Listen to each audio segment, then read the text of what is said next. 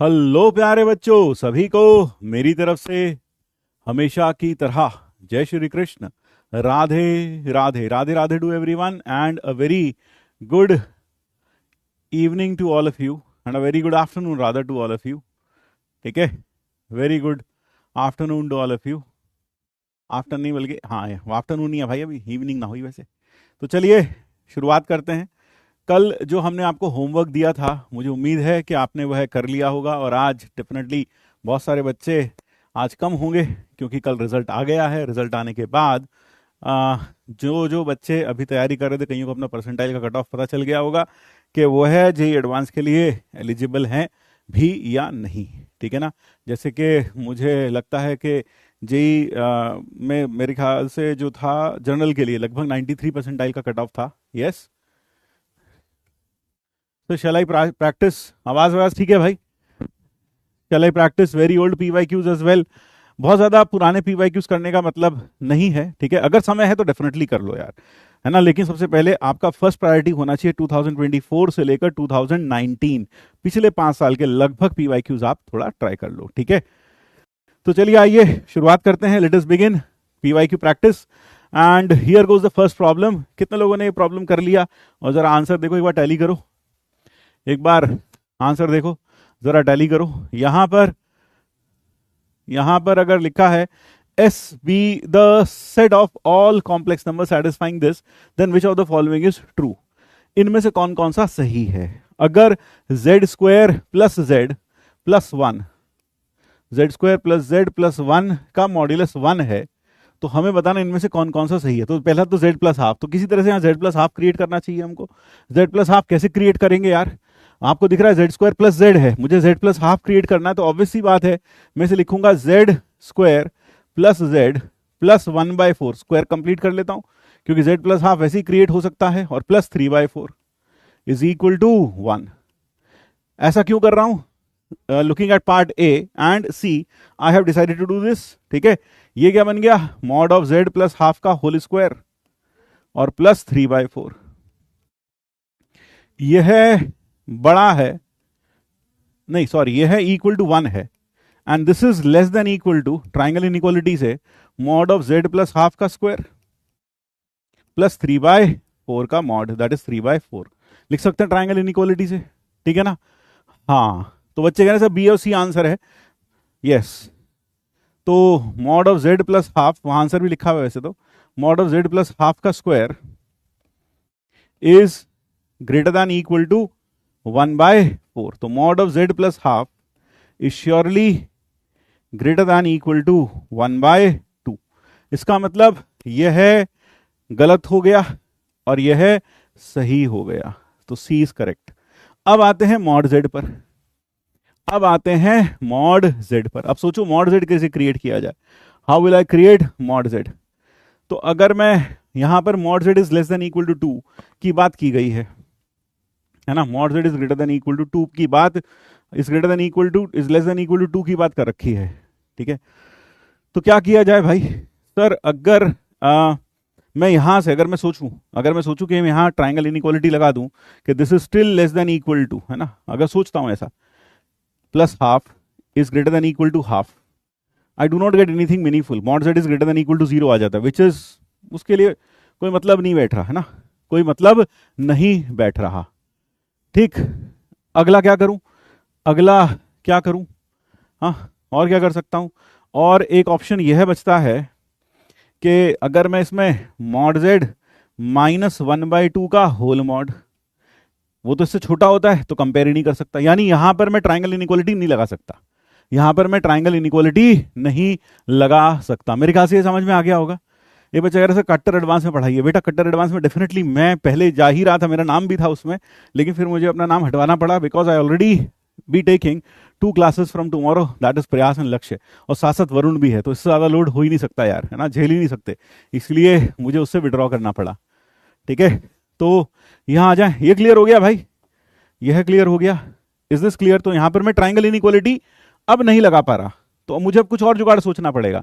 तो मैं वापस back to the problem again. अगर मैं इसे लिखूं mod of z square plus Z plus one, ये वन के बराबर है भाई मेरे। हाँ, अगर मैं इसको ऐसे लिख दूं, mod of z square plus Z को तो एक साथ ले लूं और प्लस वन को एक साथ, इज इक्वल टू वन। अब मैं इसमें ट्राइंगल इनइक्वालिटी लगाता हूं, mod of z square plus z का मॉड माइनस वन का होल मॉड, ये जो आता है डेफिनेटली इससे कम आता है, less than equal to one.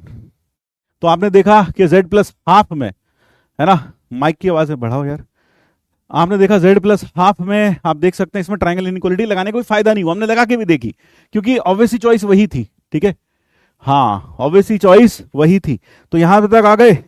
तो अब mod of z square plus Z minus one, ये लाई करेगा वन और माइनस वन के बीच में, क्योंकि ये एक रियल नंबर है, रियल नंबर का modulus less than equal to A, Z lies between, number lies between minus A to A. ठीक है, हाँ अब ठीक है, आवाज ठीक हो गई क्या भाई, जरा देखो। तो यहां से आ गया mod of z square plus z is less than equal to two and greater than equal to zero. This is obvious, ये तो होना ही था क्योंकि मॉड्यूलस गिव्स द डिस्टेंस। तो इसे लिख सकता हूं mod of z square plus mod of z less than equal to two, है ना। और इसको फिर this is still greater than mod of, कितना लिखूं भाई, this is still less than mod of z square minus mod of z का whole mod, ऐसे लिख दूं इसी को, इस वाले पार्ट को, क्योंकि ये तो ऑब्वियस है, ये वाला पार्ट कैसा ऑब्वियस है, दिस इज ऑब्वियस, है ना, क्योंकि किसी भी कॉम्प्लेक्स नंबर का मॉड्यूलस नेगेटिव नहीं हो सकता। तो मैंने ये लिखा, और जैसे ही मैंने ये लिखा तो यहां से मैं कह सकता हूं mod of z square minus mod of z less than equal to two and greater than equal to minus two. तो अगर मैं इसको देखता हूं तो mod of z square minus mod of z minus two less than equal to zero, है ना, t square minus t minus two, factor तो लिख ही लोगे यार, इतना टी में क्या, छोटे बच्चे थोड़ी हो, z माइनस टू और mod of z plus one less than equal to zero. This is a positive quantity, तो therefore I can divide by mod of z plus one from both sides. यहां से मेरे पास आ गया mod z is less than equal to two. और अगर मैं इसको देखता हूं, इस वाले पार्ट को, यहां से आता है mod of z square minus mod of z plus two is greater than equal to zero. इसका d नेगेटिव आ रहा है मेरे भाई, ये तो ट्रू है फॉर ऑल, ट्रू फॉर, ये तो ऑटोमेटिकली ट्रू है, true for all mod Z belonging to R. तो जब हम इन दोनों का इंटरसेक्शन लेंगे तो mod Z less than equal to two ही निकल कर आएगा। ठीक है, हाँ ये mod Z equal to two ही निकल कर आएगा। देखो बेटा, मैं यही कहूंगा, मेन चीज है क्वेश्चन प्रैक्टिस। तो एक बच्चा कह रहा है सर क्या मैं सिर्फ प्रैक्टिस शीट कर लूं? आप प्रैक्टिस शीट करो, लेकिन जो क्वेश्चंस आपको क्लास में जो पीडीएफ अपलोड हो रही है या फिर जो भी लेक्चर क्लास में हो रहे हैं उनकी पीडीएफ से क्वेश्चन प्रैक्टिस ही कर लो, क्योंकि मेन चीज है क्वेश्चन प्रैक्टिस। ठीक है, अब यहां से हमें पता चल गया कौन सा पार्ट सही हो गया, बी पार्ट सही हो गया, सी पार्ट सही हो गया, D part there are exactly 4 complex numbers. अब डी पार्ट पर थोड़ा सा विचार करते हैं। वो कह रहा है कि एग्जैक्टली 4 कॉम्प्लेक्स नंबर हैं जो उसको सेटिस्फाई करते हैं, सिर्फ 4। तो क्या इसको सेटिस्फाई करने वाले अगर 4 ही कॉम्प्लेक्स नंबर होते फिर तो ज्यादा अच्छा होता, वो 4 कॉम्प्लेक्स नंबर को निकाल ही लेते यार, और फिर वहां से बाकी पार्ट्स के आंसर दे देते। तो अब डी पार्ट पर चलते हैं। Mod of z square plus Z plus one, ये मॉड 1 है, इसका मतलब ये यूनिमॉड्यूलर है। इसका मतलब ये कैसा होगा सर? ये ऐसा होगा, ई की पावर आयोटा थीटा टाइप, कुछ ऐसा होगा। ठीक है, ये आ गया। अब जरा देखो, ये इतना लिखा आया, ये क्या आ गया? Quadratic in Z. इसे ऐसे लिख दो, Z square plus Z plus one minus E की पावर आयोटा थीटा। अगर मैं कहूं every quadratic has 2 roots, am I right और wrong? Quadratic in Z has 2 roots, पक्की बात है, for all theta, for every theta belonging to R. सही बात बोल रहा हूं मैं, सही बात बोल रहा हूं, है ना? हाँ मैं सही बात बोल रहा हूं यार। This will always have 2 roots for every theta. जैसे मैंने थीटा को रखा 10 डिग्री, फिर 11, 12, 13, 14 रखते चले जाऊं, तो जेड स्क्वायर प्लस जेड हर बार मुझे एक सॉल्यूशन देगा। हाँ क्या ना? ने 1 के, ये मॉड इसका 1 था, और हम जानते हैं दुनिया का हर यूनिमॉड्यूलर नंबर लिखा जा सकता है, वैसे हर कॉम्प्लेक्स नंबर लिखा जा सकता है आर सिस थीटा, यानी आर ई की पावर आयटा थीटा, लेकिन आर कितना है 1, क्योंकि इसका मॉड 1 है, तो हमने इसको क्या लिख दिया ई की पावर आयटा थीटा। अब थीटा बदलते जाओ और हर बार आपको इस क्वाड्रेटिक के रूट्स मिलते चले जाएंगे, तो यानी कितने रूट्स आएंगे, इन्फाइनेटली मेनी रूट्स आएंगे, है ना। This implies infinitely many possible Z, many possible Z. तो वहां लिखा है सिर्फ 4 पॉसिबल जेड होंगे, लेकिन यहां से कितने पॉसिबल जेड दिखाई दे रहे हैं sir, more than 4, infinitely rather, therefore D is wrong. I hope ये समझ में आ गया डी गलत क्यों है। ठीक है भाई, अब अगले पर आ जाओ।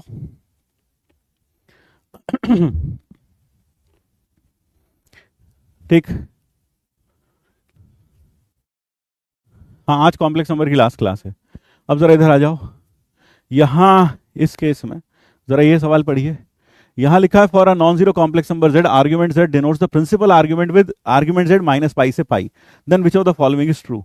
Argument of minus iota minus z, तो अगर मैं argument of minus iota minus z लिखता हूं तो ये आएगा क्वाड्रेंट नंबर 4 में, 4 नहीं 3 में है ना, minus iota minus 1, minus iota minus 1 था सॉरी, एंड दैट इज, ये कहां था क्वाड्रेंट 3 में, क्वाड्रेंट 3 में it is minus pi plus tan inverse y by x का मॉड्यूलस, तो वो आ गया tan इनवर्स, समझ गए ना, -1 अपॉन -1, या फिर 1 लिख लो सीधा सीधा, तो ये आ गया -3 pi by 4, that is the argument principal value, तो this is wrong, which of the following is false, तो ये फॉल्स हो गया भाई। अगले पर आ जाओ, ये कह रहा है एफ टी बराबर argument of t, B part है, एफ एक फंक्शन है, एफ एक फंक्शन है from R to minus pi to pi open interval, minus pi से पाई ओपन इंटरवल, ये दिया ठीक है, और एफ टी है argument of -1 plus t iota. आप चीज देखें, अगर x कोऑर्डिनेट -1 है तो डेफिनेटली यह जो पॉइंट होगा, यह जो कॉम्प्लेक्स नंबर होगा, ये या तो सेकंड क्वाड्रेंट में होगा या फिर थर्ड क्वाड्रेंट में होगा, डिपेंडिंग ऑन t। तो अगर t greater than equal to 0 है तो जो इसका आर्ग्यूमेंट आएगा वो आएगा pi minus tan inverse t, tan inverse t। मेरे ख्याल समझ गए होंगे, वैसे तो tan इनवर्स, लो पूरा लिखूं क्या, या समझ गए आप, वैसे तो ये पूरा आएगा t अपॉन -1 का mod t greater than equal to 0, और अगर t लेस देन 0 है then this is in third quadrant, so it is minus pi plus, है ना, हाँ minus pi plus tan inverse mod of t upon -1। I hope you can easily make out that. ठीक है, एक चीज और यार, संदेश आप कह रहे हो आपने सिर्फ मेंस लेवल का पढ़ा है, मैं एक चीज आपको बता दूं, मेंस लेवल और एडवांस लेवल ये शायद एक ब्रेन वॉश या फिर एक ब्रेन की कहना चाहिए कंडीशनिंग ऐसे कर दी गई है लोगों के द्वारा यूट्यूब में, कि जैसे जेई मेंस और advanced are two different things. Let me tell you my friend, they are the two sides of the same coin. Course में कोई अंतर नहीं है, कोर्स सेम है, तुमने कॉम्प्लेक्स नंबर में जो मेंस में पढ़ा था वही एडवांस में पढ़ रहे हो, बस क्वेश्चन प्रैक्टिस करनी है और कुछ नहीं यार। ठीक है, तो ये मत बोलो हमने सिर्फ मेंस के लिए तैयारी की है सर। तो पाई minus tan inverse of T का मॉड ग्रेटर देन 0 तो t आ जाएगा पॉजिटिव, और ये माइनस पाई और minus tan inverse of t, क्योंकि ये बोलेगा tan inverse mod t, tan inverse mod t will open with a negative sign, तो ये आ गया। तो ये t greater than equal to 0 के लिए और ये t लेस देन 0 के लिए। ठीक है, अब हमें इसकी कंटिन्यूटी चेक करनी है, तो what is RHL at t बराबर 0, हम कहां चेक कर रहे हैं, एट t बराबर 0, क्वेश्चन में वही दिख रखा है। तो t बराबर 0 पर अगर मैं RHL निकालता हूं तो मेरे ख्याल से पाई आता है, साफ साफ दिख रहा है tan इनवर्स 0 0, और अगर मैं LHL निकालता हूं तो आएगा माइनस पाई, दोनों इक्वल नहीं है, तो फंक्शन कैसा है, डिसकंटिन्यूअस, डिसकंटिन्यूअस एट t बराबर 0। तो यहां कह रखा है continuous, so this is also wrong. ये सुनो, हाँ ठीक सर, स्टेट रैंक मेरे को एनआईटी मिल जाएगा, स्टेट रैंक 7300 है। देखो यार, आप जिस स्टेट में रहते हो उस स्टेट में जो एनआईटी है उसमें 50% जो सीट्स होती हैं वो स्टेट कोटा के लिए फिक्स्ड होती है, यानी स्टेट के बच्चों के लिए फिक्स्ड होती हैं। और फिर उसमें अगर आपकी कैटेगरी भी है ना, तो उसमें भी रिजर्वेशन है। तो अगर आप ओबीसी से हैं, ठीक है, अगर आप ओबीसी से हैं तो मेरे ख्याल से काफ़ी अच्छा रिजर्वेशन आपको मिलेगा, तो ठीक ठाक हो जाता है। लेकिन ये मान के चलो अगर तुम्हें जेई एनआईटी चाहिए तो तुम्हें 90 मतलब 80 से लेकर 92 परसेंटाइल के बीच में, अगर आप ओबीसी में हो लगभग, है ना, 80 से लेकर 92 परसेंटाइल के बीच में आपको कोई ना कोई एनआईटी, है ना, या फिर ट्रिपल आईटी या फिर जीएफटीआई में से कुछ ना कुछ मिल जाएगा, है ना। हाँ, मनपसंद शायद ना मिले, लेकिन अगर आपकी स्टेट में जो एनआईटी है तो शायद उसमें कोटा से आपको कुछ अच्छी ब्रांच शायद मिल सके। अब अगले पर आ जाओ भाई। Argument of Z1 upon Z2, ये कह रहा है is a integral multiple of 2 पाई। तो सी पार्ट यही कर लें यार। सी पार्ट में लिखा है argument of Z1 upon Z2 minus argument Z1 plus argument of Z2, ये लिखा है। हाँ, तो यहां इस केस में इसे लिख सकता हूं argument of Z1 minus argument of Z2 plus 2k pi और minus argument of Z1 plus argument of Z2, and you can very well see कि ये कैंसिल आउट हो गए। तो आपके पास जो आंसर आया वो आ गया 2k पाई। सो यानी कि वो सत्य लिखा है, इसलिए वह गलत नहीं है, इसलिए वह गलत नहीं है। ठीक है भाई। ओबीसी में हूं, बिहार से 95 परसेंट कुछ मिल जाएगा कल, टेस्ट से टेंशन बिल्कुल मिलेगा यार। इशू 95 परसेंटाइल इज गुड यार, ओबीसी में कम से कम इट इज गुड, कुछ ना कुछ तो मिल जाएगा तुझको। 101% कोई ना कोई एनआईटी जरूर मिल जाएगी बेटा ऋषु, चिंता मत करना, ठीक है। तो ये गलत हो गया क्योंकि फॉल्स पूछा था। अब डी पार्ट में अगर आपको याद हो क्लास में सबने बताया, सब टीचर्स ने पढ़ाया होगा क्या, तो देखो जरा, सब टीचर्स ने पढ़ाया होगा ये और ये है और ये है, सबने पढ़ाया होगा क्लास में। कंडीशन फॉर कॉन्साइक्लिसिटी ऑफ 4 पॉइंट्स, ये Z, ये Z1, ये Z3 और ये मान लो Z2। तो सबने पढ़ाया है कि ये जो एंगल है आर्ग्यूमेंट ऑफ क्या होगा, ये सर ऊपर आएगा Z माइनस Z3, है ना, Z minus Z3 divided by Z minus Z1, नहीं उल्टा लिखा मैंने, Z माइनस Z1 और Z minus Z3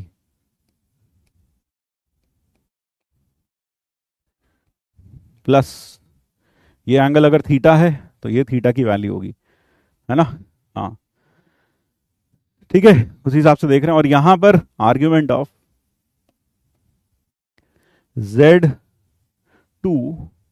Z1 minus Z2 upon Z1 minus Z3, इन दोनों का सम पाई होगा, ये सबको पता है ना। हाँ ठीक, हाँ बेटा थर्ड रॉन्ग है तो इसलिए हमने काट दिया, है ना बाबू। मैं थर्ड वाला सही है, वैसे सही है, क्वेश्चन के हिसाब से वो मार्क नहीं करेंगे।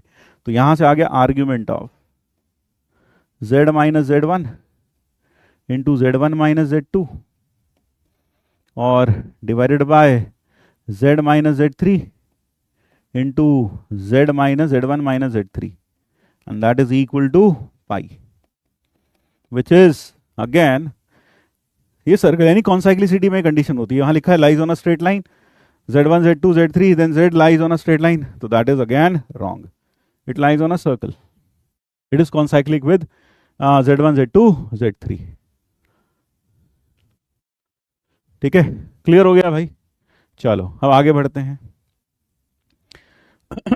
जिन बच्चों का जनरल कैटेगरी में 95 परसेंटाइल से ऊपर है, 95 परसेंटाइल से ऊपर है, मोर बेटर 96 परसेंटाइल से ऊपर है, आपको कोई ना कोई एनआईटी, कोई ना कोई ट्रिपल आईटी, कोई ना कोई जीएफटीआई में एडमिशन मिल जाएगा। ठीक है, जो भी बच्चे ओबीसी में हैं उनका अगर परसेंटाइल है ना 80 से 92 के बीच में है तो उन्हें किसी भी एनआईटी में हो सकता है, बहुत दूर की बेकार सी एनआईटी में, मतलब बेकार सी तो नहीं, एनआईटीज आर गुड, कोई सी भी ब्रांच मिल सकती है, कोई सी भी ब्रांच, यानी उसकी मनचाही ब्रांच नहीं मिलेगी। लेकिन अगर आपका परसेंटाइल ओबीसी कैटेगरी में 92 अबव है, 92 93 अबव है, तो यार डिसेंट ठीक ठाक एनआईटी में एक ढंग की ब्रांच तुम्हें मिल सकती है। ठीक है, तो इसलिए ज़्यादा बिल्कुल भी पैनिक नहीं होना है। ठीक है, आइए आगे बढ़ते हैं, let us move on to the next one. ये रहा अगला, ए और b belongs to R, a square plus b square is not equal to 0। ठीक है,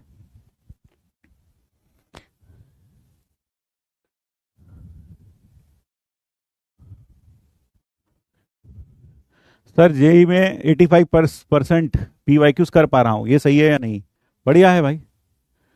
ठीक है बेकार बस पर्सनल अच्छा चलो यहां आ जाओ, z is equal to 1 upon a plus iota b T.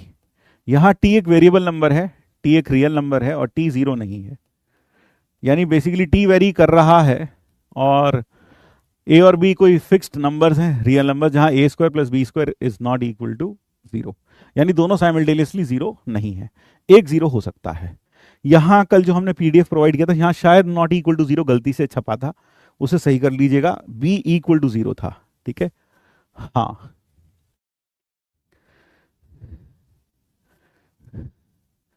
ठीक। एससी वालों के लिए बोलिए, एससी वालों के लिए मैं ये कहूंगा कि अगर आपका परसेंटाइल 45 अबव है, ठीक है, आपको पता है कितने बच्चों ने एससी एससी कैटेगरी में कितने बच्चों ने एग्जाम दिया सेकेंड शिफ्ट में, टोटल मतलब अप्रैल अटेम्प्ट में लगभग 34,000 के करीब बच्चों ने एग्जाम दिया एससी और एससी कैटेगरी में। तो 34, तुम्हारा तो मतलब 47 48 परसेंटाइल से ऊपर कहीं कुछ भी है तो ढंग का बढ़िया मिलेगा तुम्हें, चिंता मत करो। ठीक है, काउंसलिंग होने दो भाई, अभी पढ़ाई कर लो, अभी तो एडवांस बाकी है, अभी तो नापी है मुट्ठी भर जमी हमने, अभी तो पूरा आसमां बाकी है भाई। A minus iota b t upon a square plus iota तो हट जाएगा बी स्क्वायर टी स्क्वायर, तो यहां से x आ गया a upon a square plus b square t square and y is equal to minus b t upon a square plus b square t square, ये आ गया। ठीक है, एससी में 85 परसेंटाइल है, बहुत बढ़िया, मस्त मिलेगा तुम्हें तो तो यहां तक आ गए भाई, बिल्कुल। तो जैसे हम इधर तक आए हैं, अब हमें ए ग्रेटर दैन 0 और ए, तो पहला पार्ट करते हैं, ए पार्ट, अगर ए 0 से बड़ा है और बी 0 नहीं है, तो पहले तो आप इसमें से टंके से पहले तो इसी को सिंप्लीफाई कर लो यार, एक्स वाई बाय एक्स क्या आ जाएगा, वो आ जाएगा माइनस बी बाय ए इंटू टी, तो टी की वैल्यू क्या आ गई, टी की वैल्यू आ गई ए वाई माइनस बी एक्स, यही आ रही है भाई, ये पुटा दो एक्स में, तो एक्स बराबर a upon a square plus b square into a square y square upon b square x square, यही आएगी बंधु? हाँ यही आएगी भाई। तो ये हो गया a upon a square plus a square y square upon b square, तो ये पहुंच गया ऊपर, तो ऊपर बन गया बी स्क्वायर, नीचे बन गया ए प्लस ए वाई स्क्वायर, देखना यार ए प्लस ए वाई स्क्वायर, एक एक्स स्क्वायर भी तो था भाई, वो भूल गए हम, बी स्क्वायर एक्स स्क्वायर भी था भाई यहाँ, तो यहाँ आ गया, एक कट गया, हाँ ढंग से लिखते हैं, कितना बचेगा भाई, नीचे बच जाएगा एक ए, वो ए को क्रॉस मल्टीप्लाई कर दो, तो मैं कह सकता हूँ ए एक्स बराबर b square x square divided by, b square भी कट गया यार, पता नहीं क्या करना है ना, बी स्क्वायर भी कट चुका, बच्चे ये भी कह रहे हो सर बी स्क्वायर तो कट चुका, हाँ बेटा बी स्क्वायर भी कट चुका, यहाँ आ गया सिर्फ एक्स स्क्वायर। ठीक, तो यहाँ से ऊपर आ गया बेटा एक्स स्क्वायर और नीचे आ गया x square plus y square, यही आया। हाँ, तो अब हमारे पास आ गया a x is equal to x square upon x square plus y square. देखो एक्स जीरो हो नहीं सकता क्योंकि ए जीरो नहीं है, x is not equal to zero, क्योंकि ए जीरो नहीं है, क्योंकि ए जीरो से बड़ा है, तो एक्स जीरो नहीं हो सकता, इसलिए एक्स को उड़ाने में कोई पाप नहीं लगेगा, उड़ा दिए। तो हमारे पास हो गया x square plus y square is equal to x by a upon x square plus y square minus x by a is equal to zero. यहां कह सकता हूं मैं x is not equal to zero. Rather अगर मैं बात करूं तो x square will be greater than zero, है ना, x will be greater than zero, x will be greater than 0 in this case. If I talk of x would be positive. Yes. तो यहां पर, यहां से पता चलता है ये सर्कल का सेंटर, इस सर्कल का सेंटर क्या होगा भाई, सेंटर होगा 1/2a, 0 और रेडियस कितना होगा बेटा, रेडियस होगा under root of 1/4a square बस प्लस शून्य शून्य, तो 1/2 times mod a which is 1/2a. So these are the values and this is fine, correct, perfectly correct. अब अगर a लेस देन 0 हो, ठीक है, अब जरा इधर आ जाओ, the circle with radius -1/2a and -1/2a, 0, अगर a 0 से छोटा हो, तो अगर a 0 से छोटा है तब भी जो लोकस आएगा, if a is less than 0 and b not equal to 0, तो लोकस वुड बी सेम, है ना, बस। तो x square plus y square minus x by a, तो यहां से मेरे पास क्यों सेम आएगा लोकस, मेरे ख्याल समझ में आता होगा। यहां हमने क्या चीज यूज की, सिर्फ एक्स की नॉन नेगेटिविटी यूज की, और एक्स अभी भी नॉन नेगेटिव, एक्स की जीरो नहीं हो सकता ये बात यूज की, तो यहां भी वही होगा क्योंकि एक्स किसके बराबर है, इसके बराबर है, और ए नेगेटिव है, इस केस में बस एक्स नेगेटिव होगा, इस केस में बस एक्स कैसा होगा, नेगेटिव होगा, तो यहां पर भी काटना अलाउड होगा, तो सेम टू सेम चीज आएगी। क्या ये बात समझ में आई, क्या यह बात क्लियर हो गई, ठीक है, हाँ ठीक। अब जरा ये देखें, तो इसमें x square plus y square minus x by a, यहां पर आप ये देखें कि जो रेड सेंटर है वो तो वही रहेगा 1/2a, 0, लेकिन जो रेडियस है वो हो जाएगा under root of 1/4a square, तो बाहर आएगा 1/2 मॉड a, लेकिन a कैसा है, नेगेटिव, तो रेडियस हो गया -1/2a, तो रेडियस -1/2a और centre 1/2a, 0, therefore this is wrong, क्योंकि सेंटर 1/2a, 0 आ रहा है, जबकि यहां क्या लिखा है -1/2a, 0, so therefore it is wrong. ठीक है, अब अगले पर आओ, यहां पर x axis for a not equal to 0, b equal to 0, तो c part a not equal to 0, b equal to 0, अगर b शून्य हो गया तो x की वैल्यू बचेगी a/a स्क्वायर और y की वैल्यू हो जाएगी 0, तो x की वैल्यू 1/a और y की 0, यानी it will represent a point lying on x axis, lies on x axis। तो क्या यह बात सही हो गई, हाँ ऑब्वियस सी बात है, then x, y lies on x axis।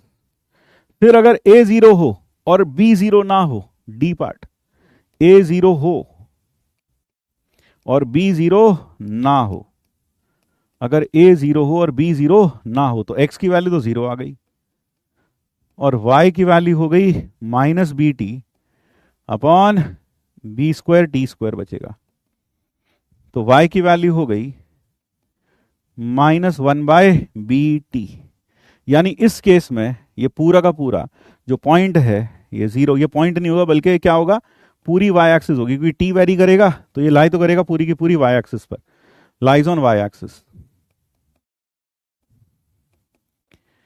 यहां तो एक फिक्स्ड वैल्यू आ गई है ना, डिपेंडिंग ऑन a, यहां क्या होगा, ये वेरिएबल पॉइंट होगा, t बदलोगे पॉइंट बदलता जाएगा, तो यानी ये y एक्सिस पर मूव करता रहेगा, ठीक है, तो इस केस में भी किस पर लाई करेगा, y एक्सिस पर। तो therefore the correct answer in this case is D. आगे बढ़ते हैं, लेट अस मूव अहेड। ये रहा next problem. Now this problem says, ये प्रॉब्लम क्या कहता है, एफ एक्स है एक्स की पावर 4 प्लस एक्स क्यूब और plus b x square plus c in real coefficient, f of 1 is -9 and iota root 3 is a root of this. Real coefficients क्या रखे हैं, हाँ, तो पहली चीज तो एफ ऑफ 1 बराबर 0 दे रखा है, कितना, -9। तो क्या करेंगे, सबसे पहले तो इसी का फायदा उठा, 1 प्लस ए प्लस बी प्लस सी बराबर -9, तो a प्लस बी प्लस सी बराबर -10। ये हो गई पहली इक्वेशन। आयोटा रूट 3 इसका रूट है 4x क्यूब, इसके कितने रूट्स होंगे सर, एग्जैक्टली 3 रूट्स होंगे, ना कम ना ज्यादा। और क्योंकि कोफिशिएंट्स रियल हैं तो बच्चा बच्चा देश का जानता है जो रूट्स होंगे दे अकर इन कॉन्जुगेट पेयर्स, अगर इमेजिनरी हैं तो इज इक्वल टू 0। तो एक रूट तो हो गया 0 और बचे हुए रूट्स आएंगे यहां से। अब क्योंकि कोएफिशिएंट्स रियल हैं बंधु, तो अगर एक रूट आयोटा रूट 3 है तो दूसरा root automatically minus iota root 3 हो जाएगा कॉन्जुगेट पेयर में। ठीक है, हाँ,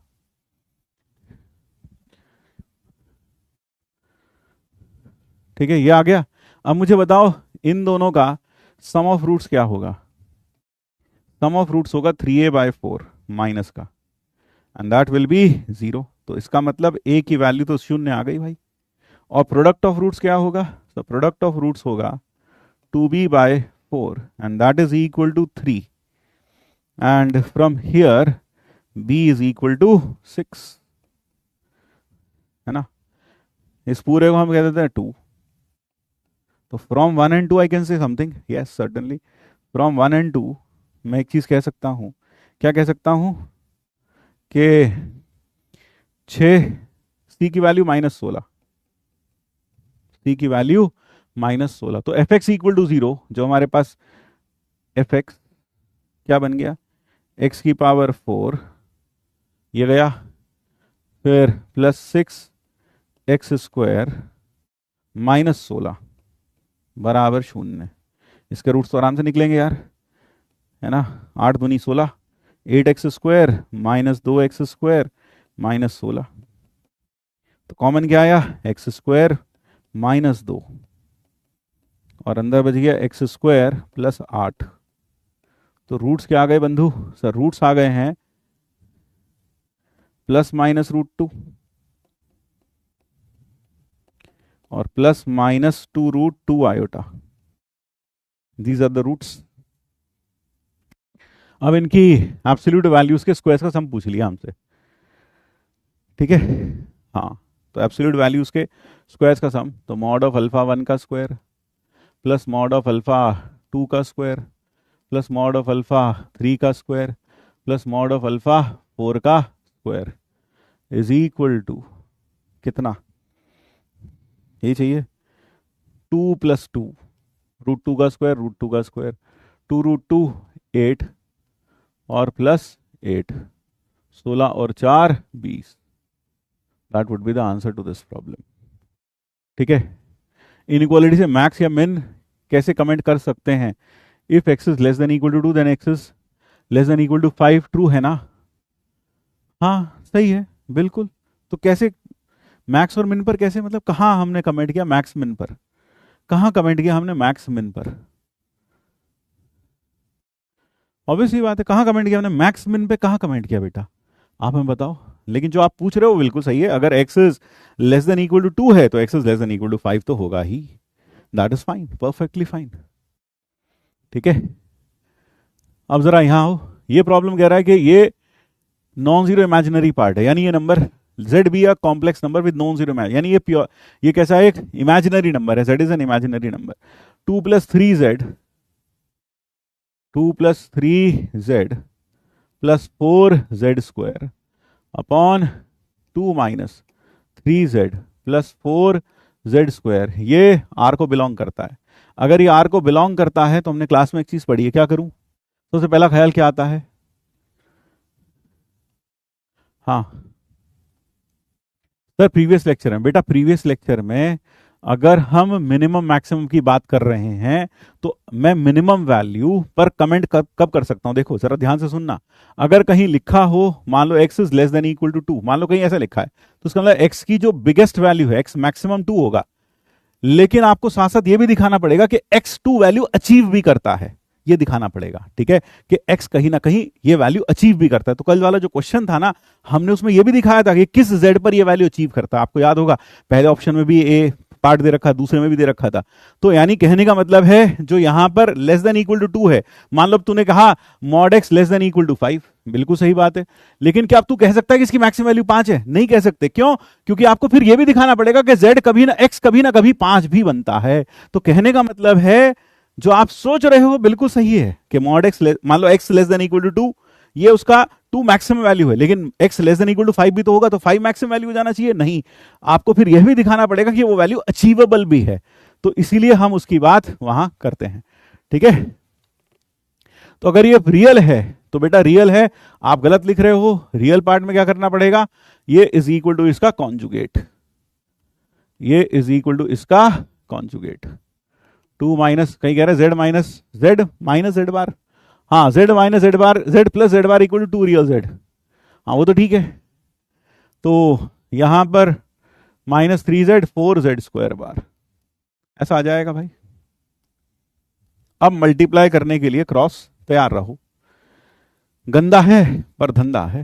4 -6z बार क्रॉस मल्टीप्लाई कर रहा हूं भाई, प्लस 8z बार का स्क्वायर, फिर प्लस 6z माइनस 9z बार, फिर प्लस या मॉड z का स्क्वायर लिख दो इसको, हाँ सर इसे मॉड z का स्क्वायर ही लिख दो, और फिर प्लस 12 z बार का स्क्वायर, फिर 4z स्क्वायर से प्लस 8z स्क्वायर, थोड़ी मौत आएगी लेकिन कोई बात नहीं, और -12 z स्क्वायर z बार, और फिर प्लस 16 मॉड z की पावर 4। जरा देखना भाई 16 मॉड z की पावर 4 ही आएगा। हाँ, दिस इज इक्वल टू, अब ये छोटा सा नन्ना सा एक्सप्रेशन बराबर है 4 प्लस 6z बार प्लस 8z बार का स्क्वायर, 2 से मल्टीप्लाई किया भाई मैंने, फिर -3z से करूंगा, -6z बार -6z, फिर -9 मॉड z का स्क्वायर, कहीं तो मौत होते हुए नजर आ रही है यहां पर, और -12 z बार का स्क्वायर, हाँ यही आ रहा है, फिर प्लस 8z स्क्वायर, तो डरना मना है, और plus 12 z bar z square, और प्लस 16 मॉड z की पावर 4। तो ये हमने इसे एक्सपैंड कर लिया। अब मार काट मचाते हैं, ये काटे, रंग बदलते हैं भाई इसका, ये काटे, ये काटे नहीं, ये काटे नहीं है भाई, ये काटे, हाँ सर ये काटे, ये काटे, ये भी काटे, ये काटे, और ये काटे। देखो जरा ये सब कट रहे हैं, हाँ ठीक भाई। हाँ CND लगा सकते थे, वो भी सही था, हाँ वो अच्छा आइडिया है, ये आइडिया अच्छा था तुम्हारा। अब इसको इधर लेकर आए तो और कुछ कटपिट रहा है भाई, जरा देख लो, और कुछ कटपिट रहा है? नहीं सर और तो कुछ नहीं पट रहा। तो 6z, 6 का हो गया 12z बार, और -12z, बहुत बढ़िया, फिर माइनस का 24 z स्क्वायर बार का स्क्वायर, फिर प्लस का 24 z बार z स्क्वायर बराबर 0, खत्म हो गया काम। z बार -z -2 z बार, यहां क्या बच जाएगा? यहां बच जाएगा z bar -z is equal to 0। तो यानी कुल मिलाकर 1 - 2 मॉड z का स्क्वायर और z बार -z बराबर 0। या तो मॉड z की वैल्यू आ गई कितनी, हमें चाहिए मॉड z का स्क्वायर हाफ, या फिर z is equal to z bar. अगर ऐसा होता इसका मतलब इमेजिनरी पार्ट ऑफ z बराबर 0, नॉट पॉसिबल, क्योंकि क्वेश्चन पढ़ो ऊपर, है ना, तो इसका मतलब आंसर क्या आ गया, हाफ आ गया. So therefore this is the correct answer. Now this is one way of doing it. This is one way of doing it. ठीक है. दूसरा तरीका क्या होगा, दूसरा तरीका होगा इसी को करने का. Let us do it by another method. ठीक है. अब इसको दूसरे तरीके से करते हैं. दूसरा तरीका यह होगा,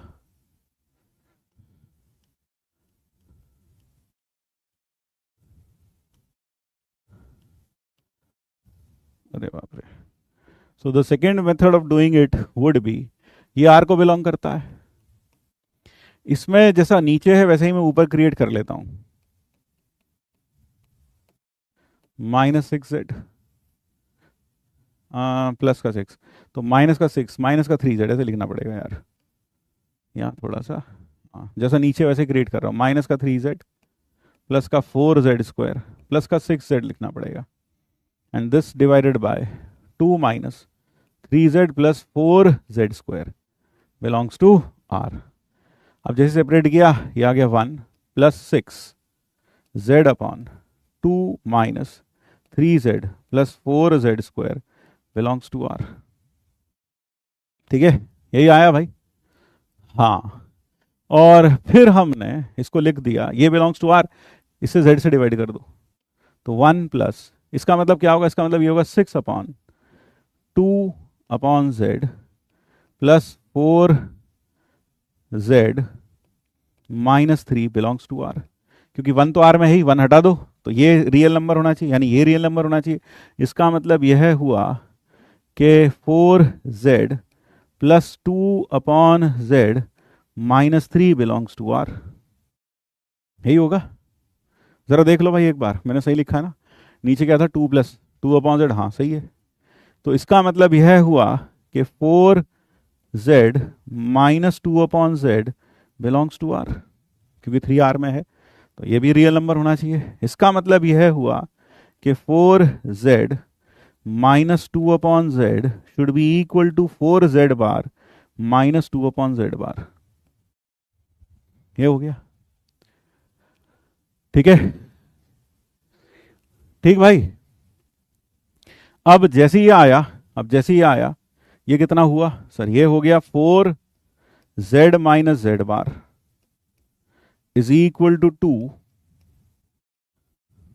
upon z, 2 upon z, 4z minus z bar 2 upon z minus, तो ये आ गया z बार माइनस z.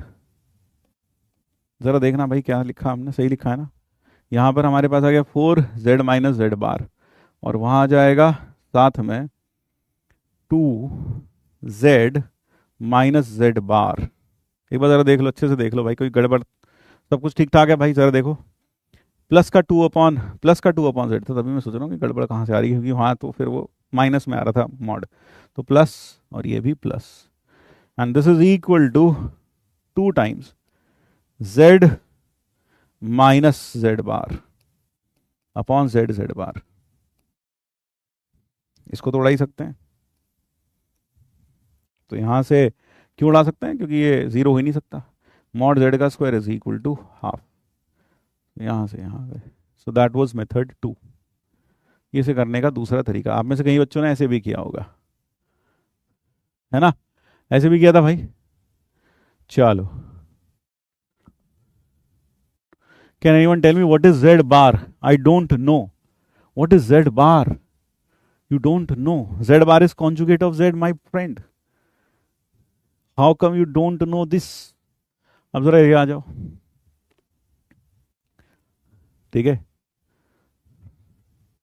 अब अगले पर आ जाओ. यहां पर लिखा है Z bar denotes the conjugate of a complex number. लिखा है, आई लिख दिया ऐसे लोगों के लिए भी.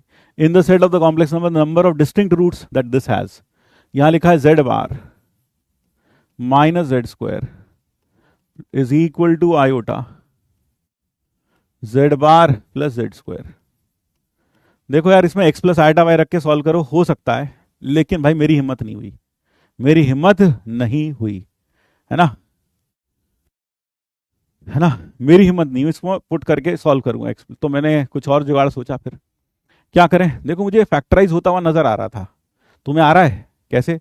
जेड वाला, जेड बार वाला सामान एक साथ ले लो और जेड स्क्वायर वाला सामान एक साथ ले लो। ये आ गया Z bar into 1 minus iota. इतना तुमने भी देख लिया होगा अपनी पैनी नजर से, Z square into 1 plus iota. अब अगर ये दोनों बराबर हैं तो अगर मैं दोनों साइड मॉड ले लूं तो mod of z bar into √2 is equal to mod of z का स्क्वायर इंटू √2। तो mod of z square is equal to mod of z, क्योंकि जेड बार और जेड का मॉड बराबर होता है ना। तो mod z into mod z -1 बराबर 0। तो या तो मॉड जेड 0 होगा या फिर मॉड जेड 1 होगा, यानी इसको सेटिस्फाई करने वाला कोई भी कॉम्प्लेक्स नंबर या तो 0 मॉड वाला होगा या 1। जेड 0 मॉड है तो जेड 0 होगा। और देखो जरा 0 सेटिस्फाई करता है, हाँ करता है। अब मॉड जेड, अब इसको लेकर चलते हैं, इफ मॉड जेड इज 1, है ना। यहां से तो ये पता चला इसको सेटिस्फाई करने वाला कॉम्प्लेक्स नंबर जो भी होगा उसका मॉड या तो 0 होगा या फिर 1 होगा। तो हमने देखा जेड को मॉड 0 का मतलब जेड 0 होना चाहिए, क्योंकि जेड की दूरी ओरिजिन से 0, तो खुद जेड 0 होना चाहिए। और 0 रख के देखा सेटिस्फाई कर रहा है, यानी एक रूट तो मिल गई, एक रूट तो ये मिल गई। अब दूसरा, अगर मॉड जेड 1 हो तब देखते हैं। मैं इस इक्वेशन को Z bar minus z square is equal to iota Z bar plus Z square, Z से मल्टीप्लाई कर दूं तो आ जाएगा Z Z bar minus Z cube is equal to iota Z Z bar plus Z square Z cube. ये क्या हो गया, mod Z का square 1 minus Z cube is equal to iota 1 plus Z cube. तो बंधु Z cube के साथ क्या आ गया, जेड क्यूब के साथ आ गया 1 प्लस आयोटा और इधर आ गया 1 माइनस आयोटा। तो z cube is equal to 1 minus iota upon 1 plus iota, यानी नीचे तो आ गया 2 और ऊपर आ गया 1 माइनस आयोटा का होल स्क्वायर, यानी कि माइनस आयोटा। इसके कितने रूट्स आएंगे, 3 रूट्स, 3 रूट्स यहां से मिलेंगे और एक ये हो गया। कितने हो गए, 4 रूट्स हो गए। ठीक है, जेड को एक्स प्लस आयोटा वाई रख के कर लो, तुम्हारी मर्जी है तो वो भी करके कर सकते हो। ठीक है, but I felt this is easy to observe and do. ठीक है ना, ठीक भाई, चलो इतना मुश्किल नहीं है इसको ऑब्जर्व करना। ठीक है, फैक्टराइज तो दिखाई देता है। तो टोटल कितने रूट्स हो गए भाई, 4 रूट्स। यहां लिखा था the number of distinct roots, तो 4 रूट्स आ गए। नेक्स्ट, अगले प्रॉब्लम पर आते हैं। जेड, हाँ क्या हुआ भाई, जेड स्क्वायर पे क्यों नहीं लगा, क्या नहीं लगा जेड स्क्वायर पर, हाँ बोलो, क्या नहीं लगा जेड स्क्वायर पर, हाँ बोलो बोलो बोलो, जेड स्क्वायर पर क्या नहीं लगा, क्या नहीं लगा जेड स्क्वायर पर, क्या नहीं लगा। एक कह रहा जेड स्क्वायर पर क्यों नहीं लगा, क्या नहीं लगा जेड स्क्वायर पे भाई मेरे, ऐसा क्या था जो हमने जेड स्क्वायर पे नहीं लगाया। मॉड लगाया जेड स्क्वायर पर, तो मॉड ऑफ जेड स्क्वायर वो था मॉड जेड का होल स्क्वायर। हाँ बताओ, हाँ बताओ क्या नहीं लगा मॉड जेड पर, जेड स्क्वायर पर क्या नहीं लगा, क्या लगा दिया हमने, मोर पंख लगा दिया, क्या लगा दिया उसके ऊपर। अब अगले पर आओ। ये जो प्रॉब्लम है z की पावर 4 और minus mod z square is equal to 4 iota z की पावर 2, और हमें यहां z1 s be the set of all complex number satisfying this, then the minimum value of this, minimum value of this चाहिए। Last में क्या हुआ भाई, last में, हाँ लास्ट में क्या हो गया, क्या नहीं लगा जेड पर, लास्ट में जेड पर क्या नहीं लगा। ये कह रहा है लास्ट में जेड पर क्या नहीं लगा, बताओ भाई क्या नहीं लगाया जेड पर हमने, ऐसी कौन सी बात थी जो हमने जेड पर नहीं लगाई। हाँ भाई बोलो, लास्ट में, लास्ट में क्या, हाँ बताओ। जब मैंने पूरे को z से मल्टीप्लाई किया तो यहां z जेड बार, यहां z क्यूब, यहां z जेड बार और यहां z क्यूब। अब तो क्या दिक्कत हो गई, z क्यूब बराबर माइनस आयोटा, तो z की वैल्यू माइनस आयोटा की क्यूब रूट आ जाएगी, उसकी क्यूब रूट 3 होंगे। नहीं ठीक तो है ही। अब जरा ये वाला सवाल देखो, यहां है z की पावर 4 माइनस मॉड z की power 4 is equal to 4 iota z square, then the minimum possible value of z1 minus z2। यानी जो भी इसको सेटिस्फाई कर रहे हैं वो सारे के सारे जो कॉम्प्लेक्स नंबर है वो सेट S में कंटेन्ड है, और आपको mod of z1 minus z2 बताना है। ठीक, हाँ, then the minimum value of mod of z1 z2। तो चलो देखते हैं, then the minimum possible value. यहां क्या किया जाए सर, यहां देखो एक तो तरीका x प्लस आइटा वाई। भाई मेरी तो हिम्मत है नहीं, तुम में हिम्मत हो तो तुम रख के देख लो। मैं क्या करूं, कोई जुगाड़ निकालता हूं। मुझे पता है ये z बार होता है मॉड z का स्क्वायर, तो ये आ गया। ऐसे लिख दूं भाई इसको, जरा देखना, ऐसे लिख दूं। हाँ, अब जरा ये बताओ, यहां से आया z की power 4 minus z square into z bar का square minus 4 iota z square is equal to 0। तो z square common, z square minus z bar का स्क्वायर और माइनस 4 आयोटा बराबर 0। तो एक तो आ गया z बराबर 0 और एक आ गया Z square minus z bar का स्क्वायर माइनस 4 आयोटा बराबर 0। ये आया भाई। जेड स्क्वायर को जेड डैश मान के सॉल्व किया, जेड स्क्वायर को जेड डैश मानकर सॉल्व किया। हाँ वो भी कर सकते हैं, हाँ वो भी कर सकते हैं, that is also very fine, है ना, वो भी कर सकते हैं भाई मेरे। एक कह रहा हमने जेड को जेड स्क्वायर को मान लिया, है ना, वो भी कर लो, ठीक है। यहां पर अब क्या किया जाए, अब खोलने की से हिम्मत है। अगर मैं इसे x प्लस आइटा वाई कह दूं तो ये हो जाएगा minus x minus iota y का square minus 4 iota is equal to 0। सुंदर बात यह कि x square y square cut जाएगा, ये बचेगा 4xy iota is equal to 4 iota. तो xy बराबर 1 आ गया, xy बराबर 1 आ गया। ये क्या आ गया, एक रेक्टेंगुलर हाइपरबोला। अब जैसे ये रेक्टेंगुलर हाइपरबोला आया तो जो आपने किया वो भी सही है भाई, है ना। जेड स्क्वायर को आपने देखो, एक मंजिल तक पहुंचने के बहुत सारे तरीके हो सकते हैं, ठीक। ये real part of z1 is 0 greater than 0, तो एक तो इस ब्रांच पर है x और एक इस ब्रांच पर है, तो दोनों के बीच की मिनिमम जो डिस्टेंस होगी वो कॉमन नॉर्मल के लॉन्ग एक्सटेंड करेगी, और जो कॉमन नॉर्मल होगी वो y equal to minus x के परपेंडिकुलर होगी बाय सिमेट्री, ठीक है। It will act like the plane mirror for these two branches. तो ये वाला जो पॉइंट होगा, मेरे ख्याल से इतना तो आपने रेक्टेंगुलर हाइपरबोला में पढ़ा होगा, ये 1 1 होगा और ये -1 होगा। ये मिनिमम दूरी होगी भाई कॉमन नॉर्मल के लॉन्ग।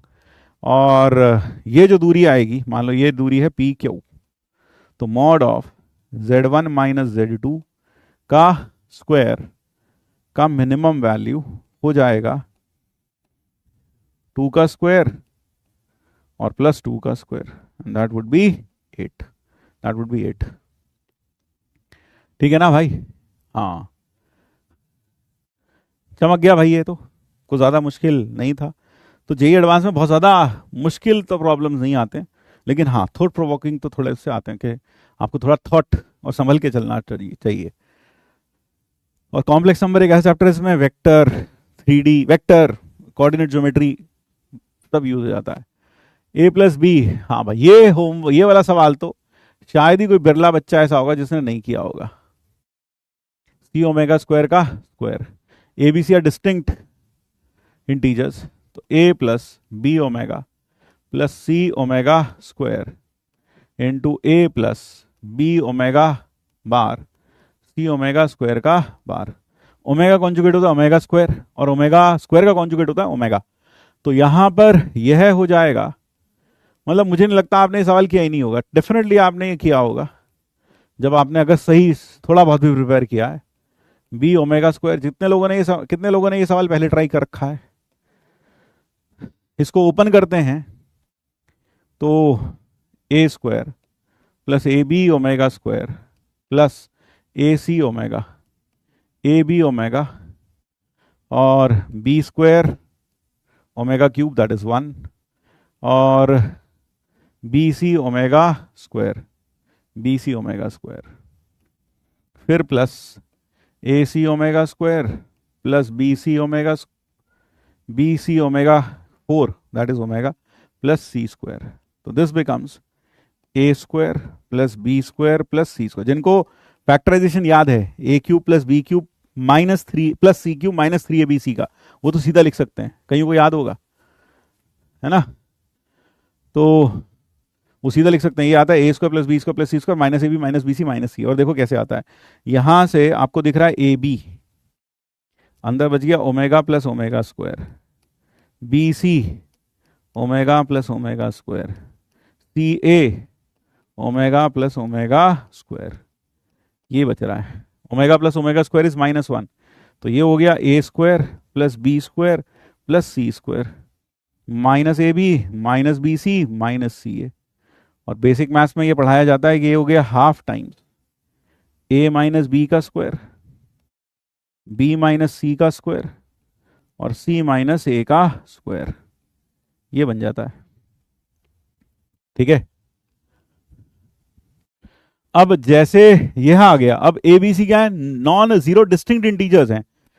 अब अगर दो इंटीजर्स के बीच में, इंटीजर 1 और इंटीजर 2 के बीच में जो मिनिमम डिफरेंस हो सकता है, इसका जो मिनिमम डिफरेंस हो सकता है, डिफरेंस है ना, डिफरेंस की बात कर रहा हूं, तो मिनिमम डिफरेंस का मतलब दोनों का माइनस करके, वो हो सकता है 1.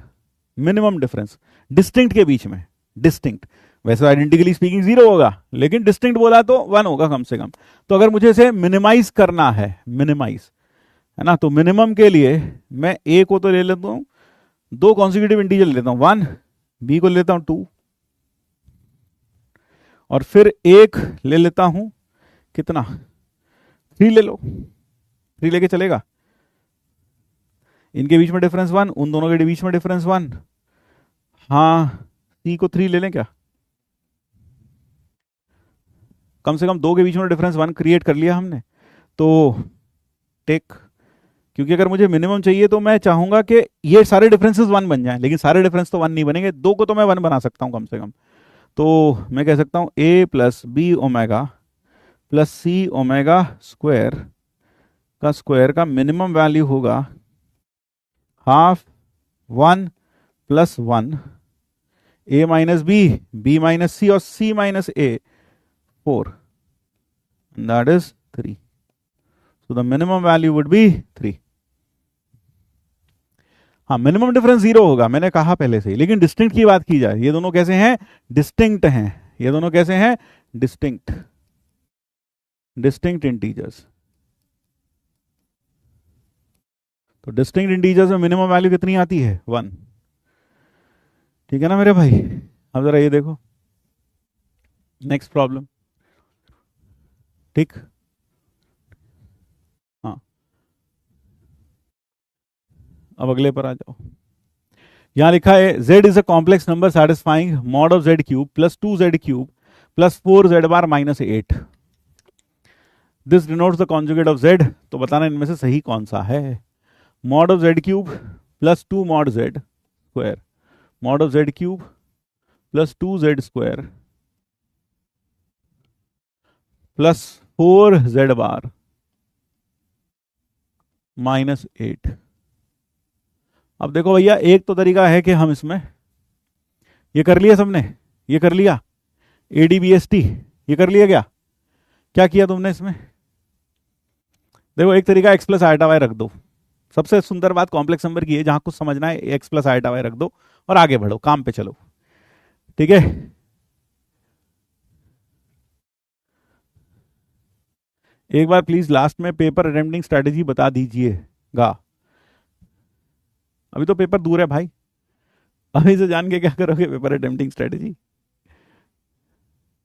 ये नहीं हुआ तो देखो, एक तो x प्लस आइटा वाई रख दो, लेकिन यहाँ क्यूब रूट आ जाएगा, मतलब की पावर 3/2 टाइप का कुछ आएगा. तो क्या करें, एक काम करते हैं, दोनों साइड कॉन्जुगेट ले देते हैं, टेकिंग कॉन्जुगेट. भाई और तो कोई रास्ता दिखता नहीं जब एक ही इक्वेशन है. फैक्टराइज हो नहीं रहा, ये फैक्टराइज कैसे करें, नहीं हो रहा फैक्टराइज. तो हमने कॉन्जुगेट लिया, तो mod z cube plus 2 z bar का स्क्वायर प्लस 4z और माइनस 8, दोनों को घटा दो, दोनों को माइनस कर दो, तो क्या बचेगा भाई, ये बच गया 2 times z square minus z bar का स्क्वायर, और 8 से 8 गया plus 4 z bar minus z, तो ये हो गया z minus z bar into z plus z bar minus का 2 बराबर 0। या तो जेड जेड बार के बराबर है, और वहां कुछ दे रखा है जेड के बारे में, जेड भी a complex number, z bar denotes imaginary part of z, let imaginary part of z be non zero, तो जेड बराबर जेड बार नॉट पॉसिबल, ये तो पॉसिबल नहीं है क्योंकि इसका मतलब इमेजिनरी पार्ट 0 हो जाएगा, तो यहां से जेड प्लस जेड बार बराबर 2 आ गया भाई, ये कर लिया हमने, ठीक है। और ये कितना आ गया सर, ये आ गया 2x इज इक्वल टू 2, तो x की वैल्यू 1, तो यहां से अब मैं कह सकता हूं कि z को मैं ले सकता हूं 1 प्लस आइटा वाई। अब वापिस चलते हैं, कहा, पुट इन, हाँ पुट इन 1, इसको 1 में पुट इन कर दो, ये 1 है, इसमें पुट इन कर दो भाई, पुट इन किया तो 1 प्लस वाई स्क्वायर की पावर 3/2, फिर plus 2 1 minus y square plus 2 y iota, और प्लस 4 1 माइनस आयोटा वाई, और माइनस का 8 बराबर 0, यही हुआ भाई। हाँ,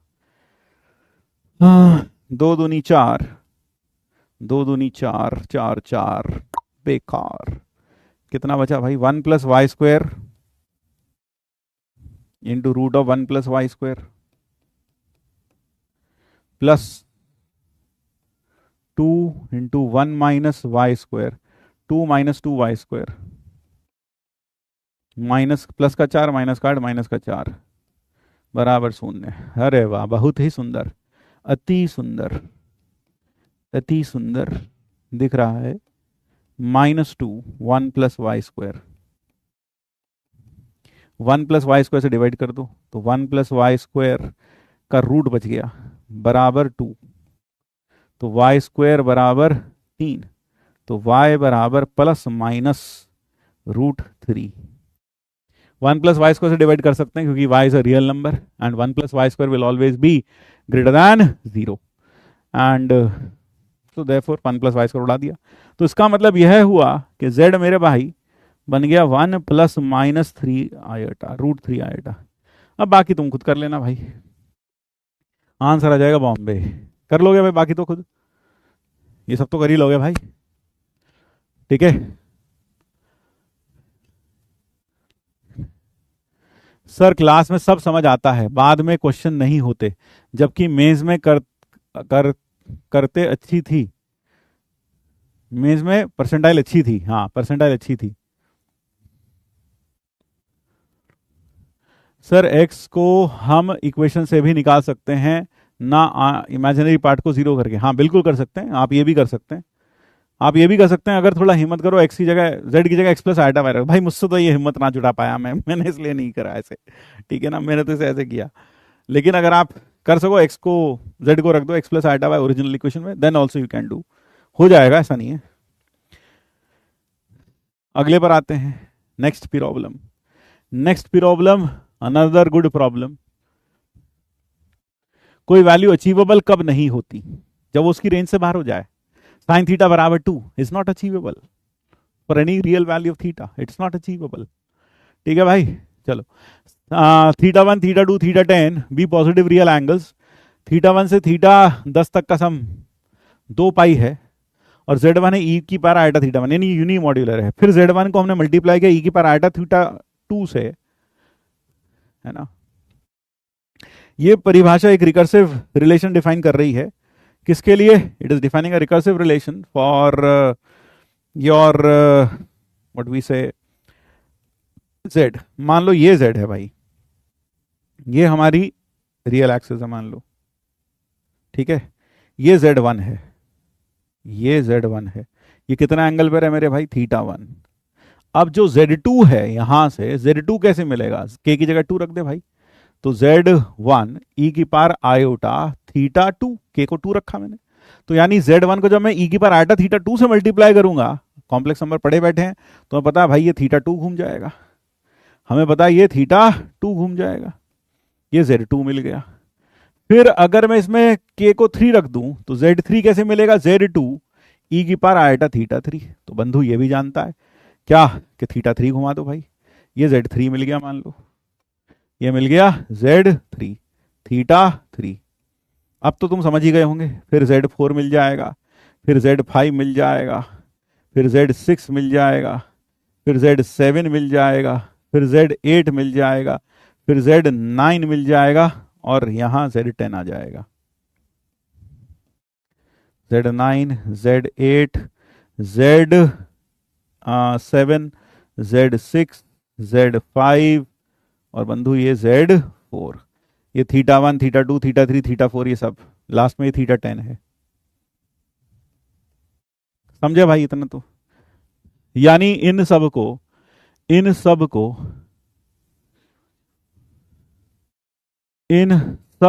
को क्या कर सकते हैं, जोड़ दें तो एक पॉलीगन बनता हुआ आपको नजर आएगा, n sided, you will have n sided polygon, 10 sided, that is a decagon, एक डेकागन बनेगा, रेगुलर तो नहीं कह सकते लेकिन डेकागन बनेगा, ये कह सकते हैं, it will be a decagon, एक डेकागन बन गया, ठीक है। अब जो लिखा हुआ है बोर्ड पर ये क्या है, Z2 और Z1 के बीच की दूरी ये वाली, Z3 Z2 के ये वाली, फिर ऐसे करते करते सारी दूरियां जोड़ते जोड़ते लास्ट में Z1 माइनस Z10 ये दूरी, यानी यह जो लिखा है P स्टेटमेंट में, mod of Z1 Z2 minus Z1,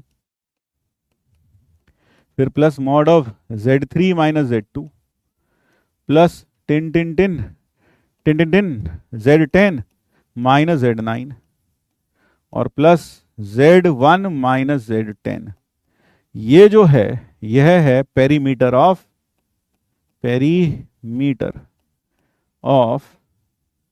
decagon, ये पेरीमीटर है डेकागन का, ठीक है।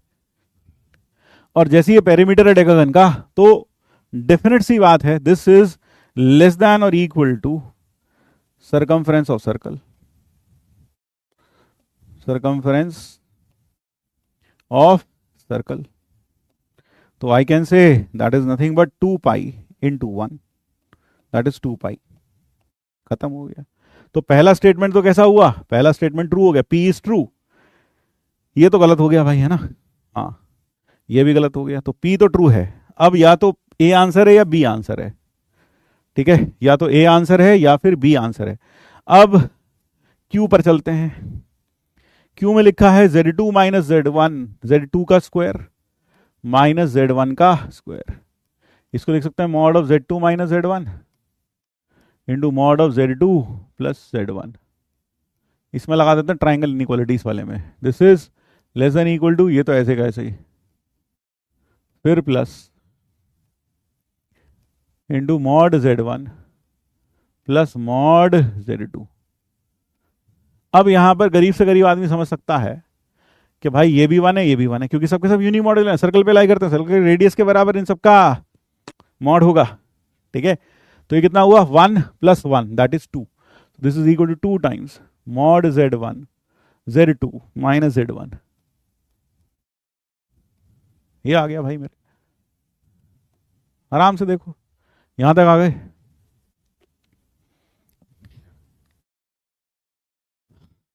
हाँ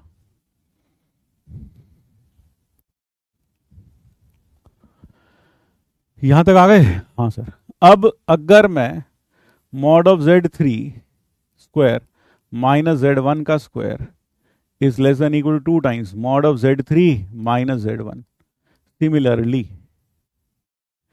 सिमिलरली चलते चलते mod of Z1 minus Z10, इसके स्क्वायर्स का is less than equal to 2 times mod of z1 minus z10। तो जैसे ही आप इन सबको ऐड करोगे तो यहां आ जाएगा mod of z2 minus z1 plus mod of z3 minus z2, फिर plus so on mod of z10 minus z9 का square, and lastly mod of z1 minus z10 का square less than equal to 2 times perimeter of decagon. Perimeter of decagon मेरे ख्याल से इतना समझ में पा रहा होगा कि पी पार्ट बन जाएगा, which is still less than और इक्वल टू 2 टाइम्स 2 पाई, यानी कि 4 पाई, यानी कि क्यू स्टेटमेंट भी सही हो गया। तो दोनों के दोनों ट्रू हो गए, ये भी गलत हो गया। क्लियर हो गया भाई? ठीक। एक बच्चा कह रहा सर नॉट अचीवेबल का एग्जाम्पल अगर आप दे दें तो देखो बेटा, 2 की पावर एक्स स्क्वायर प्लस 1 और प्लस मान लो मैं कह दूं 4 अपॉन 2 की पावर एक्स स्क्वायर प्लस 1, इसकी मिनिमम वैल्यू चाहिए है ना, इसकी मिनिमम। तो क्या मैं इसकी मिनिमम वैल्यू निकाल सकता हूं? सर इसमें AMGM लगा दूं। हाँ AMGM, 2 की power x square plus 1 plus 4 upon 2 की power x square plus 1 by 2 is greater than equal to √4।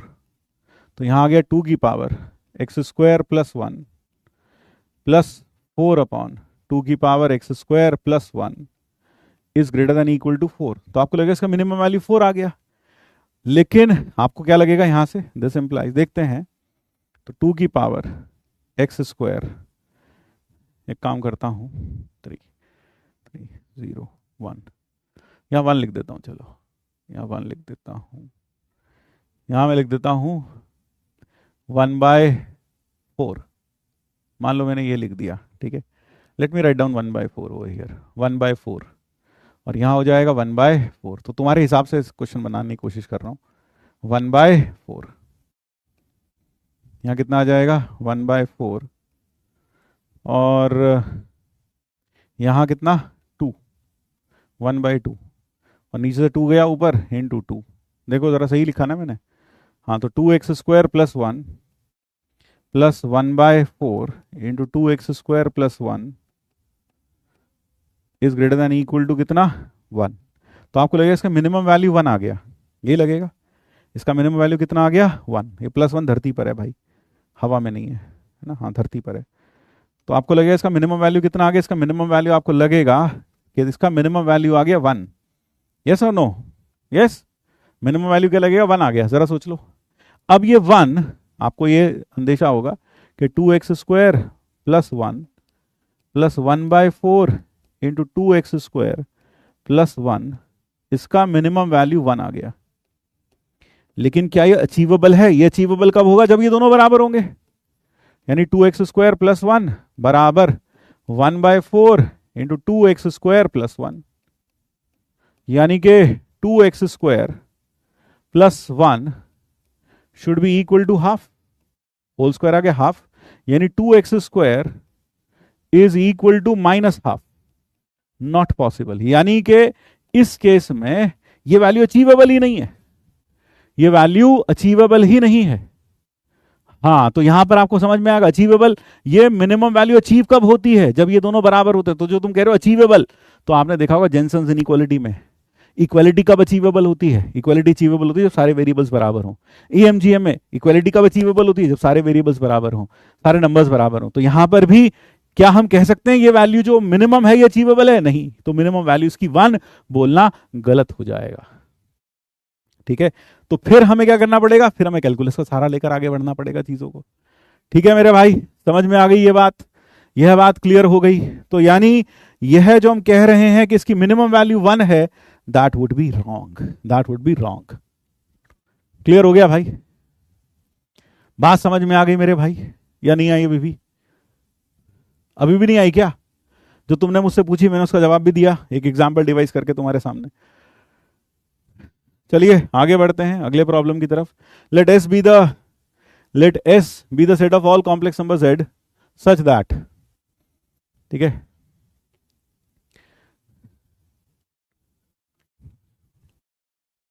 Sir A B positive है तो ये प्रॉब्लम क्यों आ रहा है? बेटा ए और बी पॉजिटिव हैं तब भी इक्वल, देखो एएमजीएम में प्रॉब्लम नहीं आ रहा, एएमजीएम वर्क्स फाइन। एएमजीएम कहता है ये जो नंबर है ये इससे हमेशा बड़ा होगा, ये कहता है वो। लेकिन हाँ इक्वालिटी अगर अचीव होती है ये इसके बराबर हो सकता है अगर ये दोनों नंबर आपस में बराबर हों, दैट इज व्हाट एएमजीएम सेज। तो एएमजीएम क्या कहता है बेटा, अगर ये दोनों नंबर पॉजिटिव हैं तो यह क्वांटिटी हमेशा इससे बड़ी होगी, चाहे कुछ भी रख लो एक्स को। लेकिन अगर आप कहते हो कि ये और ये बराबर हैं, ये तभी हो सकता है अगर ये दोनों बराबर हो सके, तब अगर ये दोनों बराबर होते हैं तब ये वैल्यू इसके बराबर हो जाएगी, तब होगी। तो यहां पर हमने कहा ये 1 से बड़ा है, ये हमेशा 1 से बड़ा है, लेकिन 1 के बराबर कब होगा, अगर ये दोनों बराबर हो जाए, और ये दोनों बराबर नहीं हो सकते तो इसका मतलब यह कभी भी 1 से के बराबर नहीं होगा। यानी इसकी जो मिनिमम वैल्यू आएगी 1 नहीं आएगी, 1 से इधर ही आएगी। यानी क्या आएगी, इसकी जो मिनिमम वैल्यू आएगी वो 1 से कुछ बड़ी ही आएगी, 3/2 कुछ भी इस तरह की। ठीक है भाई, आगे समझ में? तो एएमजीएम लगाने में भी डर लगेगा, मूर्खों को ज्यादा डर लगता है जिनके पास बुद्धि नहीं होती।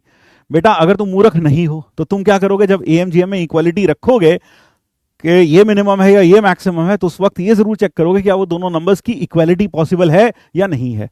अगर आपने प्रयास में ढंग से पढ़ा हो या फिर अपने बैच 11th अर्जुना में अच्छे से पढ़ा हो तो वहां टीचर ने जरूर बताया होगा एक ट्रिग्नोमेट्री में maximising minimising using reciprocal relationships बताया होगा, है ना। एक क्वेश्चन ये था, अब यार तुम टाइम बर्बाद करवा रहे हो यार, तुम दोबारा पढ़वा लो मुझसे, हैं। एक क्वेश्चन ये था, 8 सेक स्क्वायर थीटा और प्लस 2 कॉस स्क्वायर थीटा, मान लो ऐसा हो, तो इसकी मिनिमम वैल्यू क्या आ जाएगी, इसकी मिनिमम वैल्यू डिवाइड बाई 2, है ना, ग्रेटर देन इक्वल टू दोनों का प्रोडक्ट √16। तो यहां से आ गया कितना, यहां से आ गया 8 कॉस 8 सेक स्क्वायर थीटा। ये क्लास में बताया होगा, टीचर ने कराया भी होगा इस तरह का प्रॉब्लम कि भैया देखो यहां चमत्कार हो जाता है, is greater than equal to 8।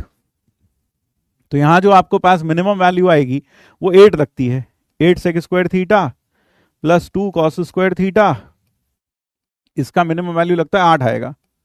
लेकिन 8 गलत है मेरे भाई, क्योंकि 8 कब होगा, एट जब 8 सेक स्क्वायर थीटा बराबर हो जाए 2 कॉस स्क्वायर थीटा के, यानी कॉस की पावर 4 थीटा बराबर 4, यानी कॉस स्क्वायर थीटा बराबर 2, जो कि संभव नहीं है। तो भाई 2 एग्जाम्पल तो मैंने तेरे सामने दे दिए, अब और क्या करें। हाँ याद आ गया, समझ में आया भाई, क्लास में भी करा रखा है ये, या भूल गए तुम? अर्जुना में भी कराया होगा, जिसने भी पढ़ाया होगा तुमको, और प्रयास में भी पढ़ाया होगा। कुछ याद आया? जाके नोट्स देख लो अभी। अगले पर आ जाओ। S B the set of complex number Z which satisfies this, z naught is such that 1 upon z naught minus 1 is the maximum value of this set। पहले वो कह रहा है s जो है वो इन सारे कॉम्प्लेक्स नंबर का सेट है, ये डिस्क है, मतलब एक्सटीरियर ऑफ सर्कल है बेसिकली, सेंटर्ड एट 2, -1।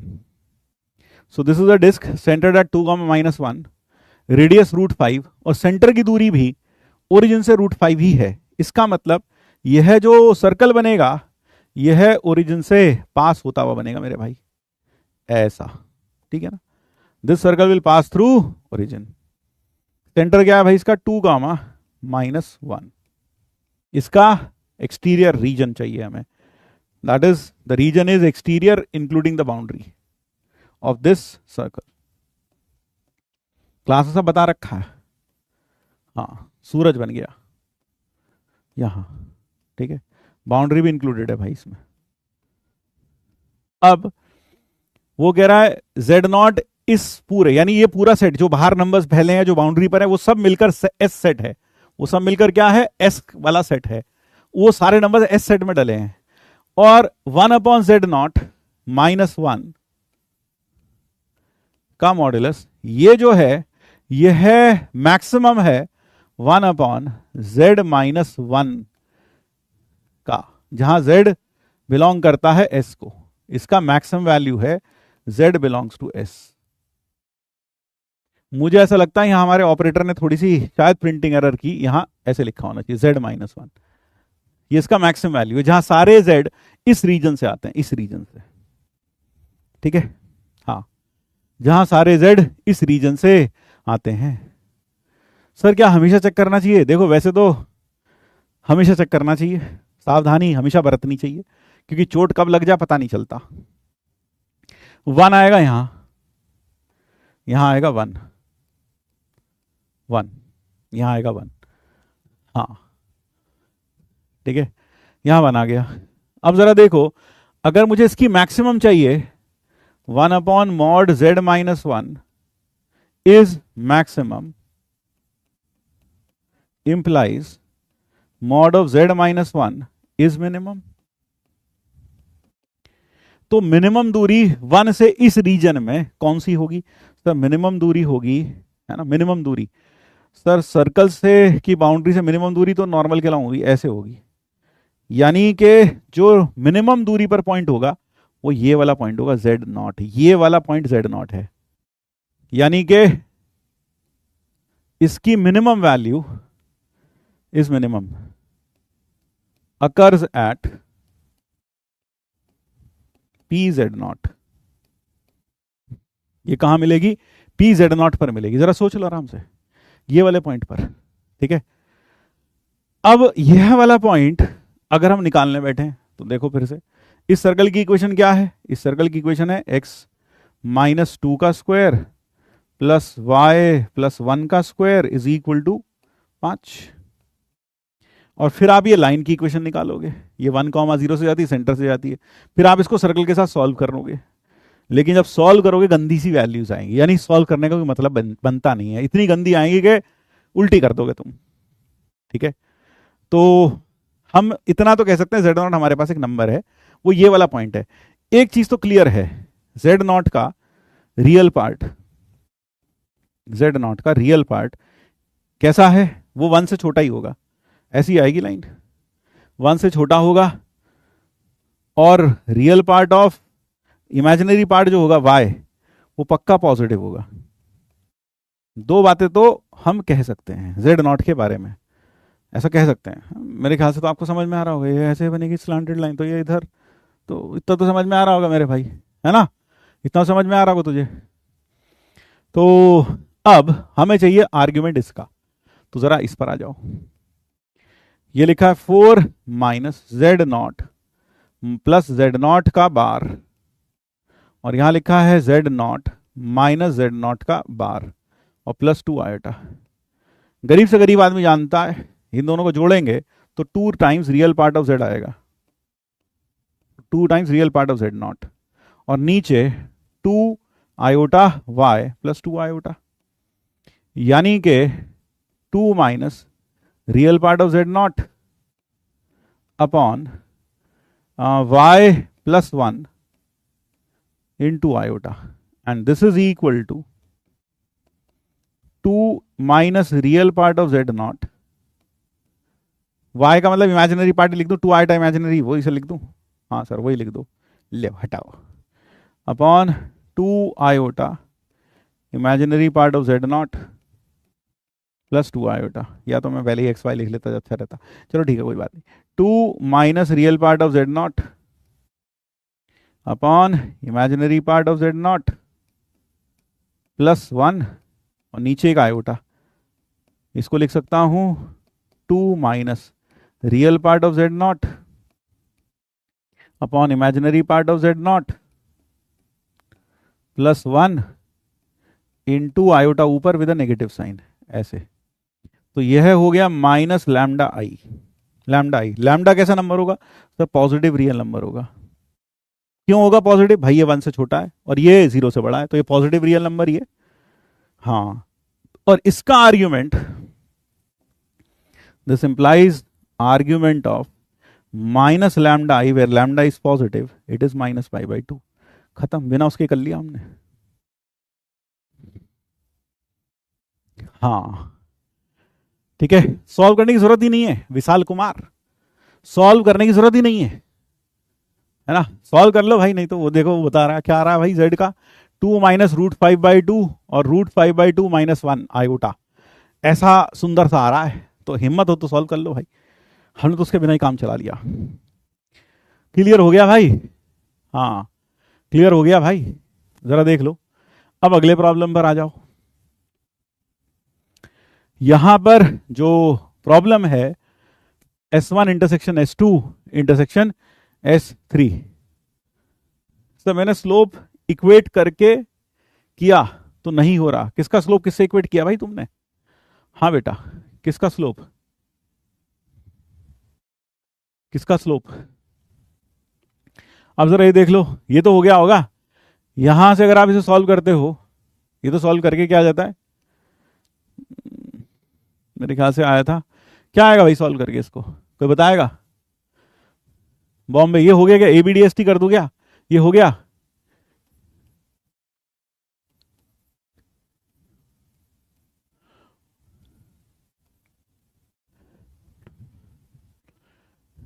है ना, ये वाला करूँ या हो गया, बताओ? ADBST all done by students themselves, already done by students themselves, हो गया या करके बताऊं? अरे बोल दो मेरे भाई, y is greater then √3x, y is greater then √3x, तो नहीं आ रहा, -√3x, हाँ y is greater then -√3x, y is greater then -√3x, तो इस केस में ये तो क्या आ गया, एक सर्कल का, एक डिस्क का इंटीरियर पॉइंट आ गया, डिस्क आ गई बेसिकली, इंटीरियर ऑफ डिस्क, और y ये वाली लाइन आ गई, और रियल पार्ट ग्रेटर देन 0, तो ये वाला रीजन आ गया, ये आ गया, ठीक है, हाँ ये आ गया। अब हमें इसका रीजन एरिया निकालना, खत्म बात। ये लाइन क्या है, y is equal to -√3x, तो बंधु ये हो जाएगा 60 डिग्री, और 60 डिग्री होगा, हाँ, और ये 90 डिग्री, तो एरिया क्या हो जाएगा सर, एरिया हो जाएगा πr² का 1/4, पिज्जा का 1/4 स्लाइस, और plus half, plus πr² theta, πr² theta upon 360, तो एरिया आ गया 16π/4, 4π प्लस 60, नीचे आ गया 6 का बच गया 3, 6π बाय कितना, कितना है भाई, नीचे बच गया 3, 16, 8π/3, 12-20π/3, ये आ गया इसका आंसर, ठीक है। हाँ, अब इसके बाद जो नेक्स्ट पार्ट है, यह पार्ट जो लिखा है मिनिमम वैल्यू ऑफ दिस, यानी कि आपसे एक तरीके से वो क्या कह रहा है, हाँ क्या कह रहा है भाई, वो कह रहा है कि हमें ये है, ये, और ये 60 है, यह है 60 है, और ये क्या है 90, और ये है y is equal to -√3x, ये पॉइंट इस लाइन के नीचे होगा कि ऊपर होगा, 1, -3, 1, -3, 1 पर वैल्यू आएगी -√3, तो 1, -3 तो इसके नीचे आएगा भाई कहीं, 1, -3 यहाँ कहीं होगा point, it will be here, circle के अंदर ही होगा, हाँ सर्कल के अंदर होगा, तो 1, -3 पॉइंट यहाँ कहीं है, और मेरे पास जो मेरा फिजिबल रीजन है वो ये वाला है सारा। अब इससे मिनिमम दूरी, देखो मैं यहाँ एक चीज बोलना चाहूंगा, IIT ने ये सवाल गलत दिया है, सेकंड पार्ट गलत है, ये मिनिमम वैल्यू चाहता है, ये गलत है। हाँ रेडियस 4 है तो क्या हो गया, हाँ तो मैंने क्या गड़बड़ कर दी, सही तो किया है, रेडियस 4 कैसे आया, अरे भैया मॉड z लेस देन 4 लिखा है, तो यानी z की दूरी ओरिजिन से 4 से छोटी है, यानी सर्कल के इंटीरियर वाला पार्ट जिसका रेडियस 4 है, ये पॉइंट है P, 1, -3, अब मैं कह रहा हूं ये सवाल गलत दिया आईआईटी ने। क्यों गलत दिया है? आप इसमें से मिनिमम दूरी निकालोगे, बहुत आराम से आएगी। कैसे आएगी मिनिमम दूरी? सर ये पॉइंट है पी, यहां से फुट ऑफ परपेंडिकुलर निकाल दो, ये मिनिमम दूरी आ जाएगी इस रीजन में। तो मिनिमम दूरी यही आ जाएगी पी एफ। तो mod of 1 minus 3 iota minus Z का मिनिमम वैल्यू ये होगा पी एफ के बराबर। पी एफ का मतलब length of perpendicular. Length of perpendicular बोले तो 3 माइनस रूट 3, 3 प्लस रूट 3 हो जाएगा ना, 1 कॉमा माइनस 3 है ना, 3 1 comma minus 3 1 comma minus 3 1 comma minus 3, तो 1 plus root 3 minus 3, root 3 minus 3 upon 2, तो यानी कितना आ गया 3 माइनस रूट 3 बाई 2। अब भले ही आंसर भी दे रखा है 3 माइनस रूट 3 बाई 2, आपने टिक भी कर दिया, मार्क्स भी मिल गए, but the question is wrong. गलत है ये गलत क्यों है? हाँ, इक्वालिटी होनी चाहिए थी भाई। तूने कहा ये मिनिमम दूरी है, लेकिन ये मिनिमम दूरी नहीं होगी। क्यों? क्योंकि ये वाले पॉइंट्स तो उसके ऊपर शामिल ही नहीं है लोकस में, क्योंकि ये ग्रेटर देन 0 लिखा है, ये वाले पॉइंट्स तो शामिल ही नहीं है, इसलिए गलत है ये सवाल। इसकी मिनिमम वैल्यू से ज्यादा होगी, ये नहीं होगी एग्जैक्टली, है ना। That is why, because this value is not achievable, ये अचीवेबल ही नहीं है फॉर द गिवन रीजन। इस रीजन में ये सारी वैल्यूज हैं, बाउंड्री नहीं है, ये नहीं है, ये नहीं है। यानी अगर तू देखे तो पता है इसका ये कैसा रीजन है, ये ऐसा रीजन है भाई। ये छोड़ दे, फिर ये छोड़ दे, ये वाली बाउंड्री छूटेगी और फिर ये वाली बाउंड्री भी छूटेगी। तो जब ये बाउंड्री शामिल है ही नहीं तो मिनिमम वैल्यू ये आएगी ही नहीं। That is where it is wrong, that is where it is wrong. I hope you can appreciate that what I am saying, है ना। तो भाई मेरी बात समझने के लिए वो कल कौन आया था कि आप तो सीधा लिखते चले आते सॉल्यूशन। भाई मैं इतना सोचता हूं कि मेरे सामने जो बच्चा बैठा है वो एडवांस की तैयारी कर रहा है, एडवांस की, है ना, और उसके पास इतनी बुद्धि तो होगी।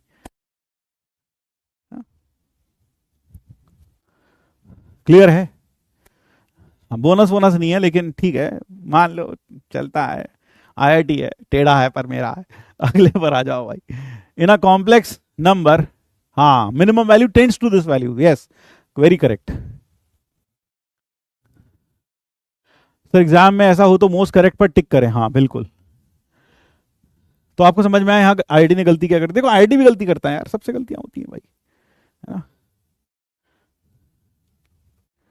हाँ सर, इससे जस्ट ज्यादा होगी बिल्कुल, बल्कि हम कहेंगे इस केस में minimum value does not exist.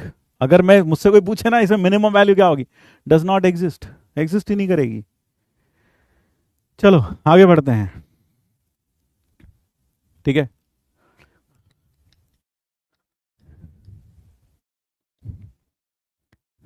Let the complex numbers alpha and 1 by alpha bar lie on these two circles. और एक चीज देखने लायक है कि अगर मैं आर्ग्यूमेंट ऑफ अल्फा को थीटा मान लूं, तो आर्ग्यूमेंट ऑफ अल्फा बार होता है माइनस थीटा, क्योंकि they are reflection of each other about real axis, है ना। आप यहां ले लें पॉइंट, ये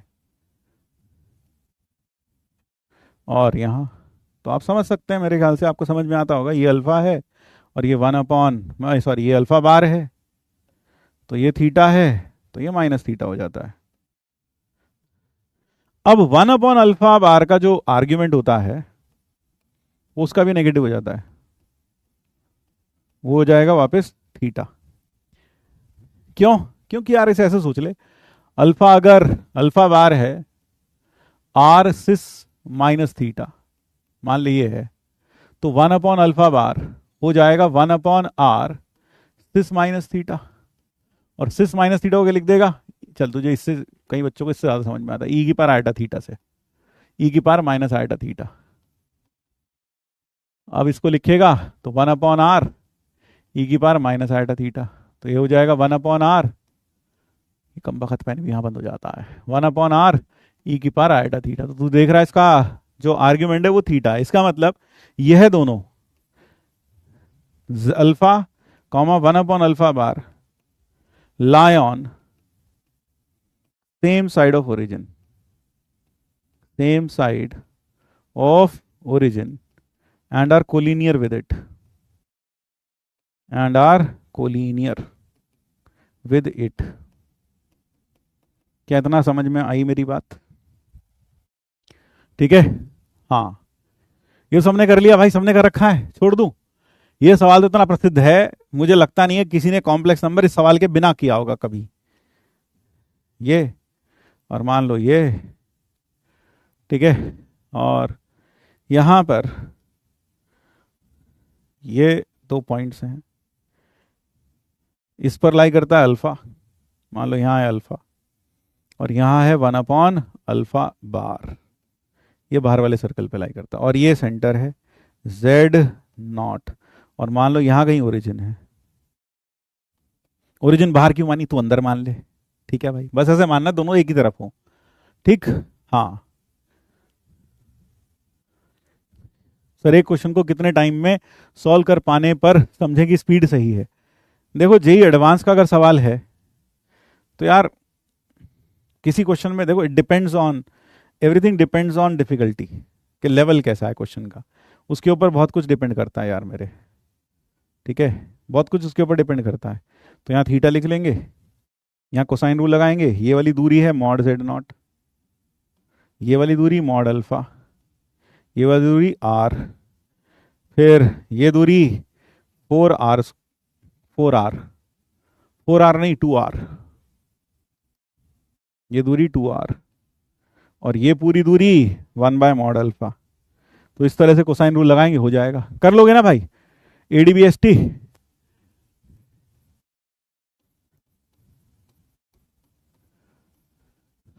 तो अगर आप पूछते हो कि कितना समय लगना चाहिए, it depends from problem to problem. देखो, ऐसा कोई मापदंड नहीं है कि हर सवाल में 8 मिनट लगने चाहिए, 4 मिनट लगने चाहिए, 5 मिनट लगने चाहिए, ऐसा कोई मापदंड ही नहीं है यार। यार तुम इरोडोव का सवाल कर रहे हो, है ना, एक एनसीईआरटी का सवाल कर रहे हो फिजिक्स में, मान लो, तो यार दोनों में अंतर है भाई, एक में लेवल ऑफ थिंकिंग क्या इन्वॉल्व है, दूसरे में क्या लेवल ऑफ थिंकिंग इन्वॉल्व है। So it all depends on the level of problem. So you can have a variable time, किसी क्वेश्चन में 15 मिनट भी लग सकते हैं, किसी क्वेश्चन में 4 मिनट भी लग सकते हैं। सो इट ऑल डिपेंड्स के प्रॉब्लम्स कैसे हैं आपके सामने, ठीक है। अब इसमें कला क्या है, असली कला यह है कि जब आप एग्जाम देने जाएं, तो मैंने जैसा आपको बताया था, और मेरी बात मैं एक्सपीरियंस से बोल रहा हूं, है ना, मैंने 1 नहीं 2 नहीं 3 नहीं 25-26 पेपर देखे एडवांस के, ठीक है। हाँ, तो मैं आपको सीधा सीधा बताऊं, होता क्या है, एडवांस के सारे सवाल कभी भी टफ नहीं आते। कला आपकी, या आपकी जादूगरी, या आपका जो क्राफ्ट है, वो इसी बात में झलकता है कि आप क्वेश्चंस का चुनाव कैसे करते हैं। पहले आप पहले ही वो प्रॉब्लम उठाकर बैठ जाते हैं जिसमें 20 मिनट लगने वाले हैं, या फिर आप पहले ऐसा क्वेश्चन उठाते हैं जिसमें 15-10 मिनट लगने वाले हैं, या फिर आप पहले ऐसे क्वेश्चन का चुनाव करते हैं जिसमें 5 मिनट लगने वाले हैं। तो पहला चीज आती है चुनाव, the selection of the problems. That is where strategy creeps in, that is where you will say कि हाँ, पेपर अटेम्प्टिंग स्ट्रेटेजी क्या होनी चाहिए। तो you should look for easiest problems first, जो 5 मिनट में। ऐसे प्रॉब्लम मिलेंगे मेरे भाई, एडवांस में ऐसे क्वेश्चंस भी मिलेंगे, कम मात्रा में मिलेंगे लेकिन मिलेंगे, ऐसे भी मिलेंगे मेरे भाई, ठीक है भाई, ऐसे भी मिलेंगे, ठीक, ऐसे क्वेश्चंस भी मिलेंगे, ठीक है, क्लियर बात। तो ऐसे क्वेश्चंस भी आपको मिलेंगे, और उन्हीं को सिलेक्ट करने में आपकी समझदारी है। एक प्रॉब्लम ये था, यहां ये कह रहा है z is a complex number such that imaginary part of z is non zero, यानी z क्या है, z belongs to imaginary number, imaginary complex number, imaginary number कह दूं, ठीक है। तो z square plus z plus 1 minus a, इसको solve करके जो आ रहा है ना, यहां जो a है वो रियल है, इसके रूट्स कैसे आने चाहिए, इसको सॉल्व करके z मिलेगा, रूट शुड बी इमेजिनरी, क्योंकि z इसको सॉल्व करके मिलेगा। तो अगर इसके रूट्स इमेजिनरी हैं और ये रियल कोफिशिएंट्स के ऊपर, तो d लेस देन 0, तो d क्या आ गया, 1 - 4 × 1 - a less than 0, -3 + 4a less than 0, तो a is less then 3/4। a 3/4 से कम होना चाहिए, तो a क्या नहीं हो सकता? a यह नहीं हो सकता, बाकी सब हो सकता है क्योंकि सब 3/4 से छोटी हैं। ठीक है,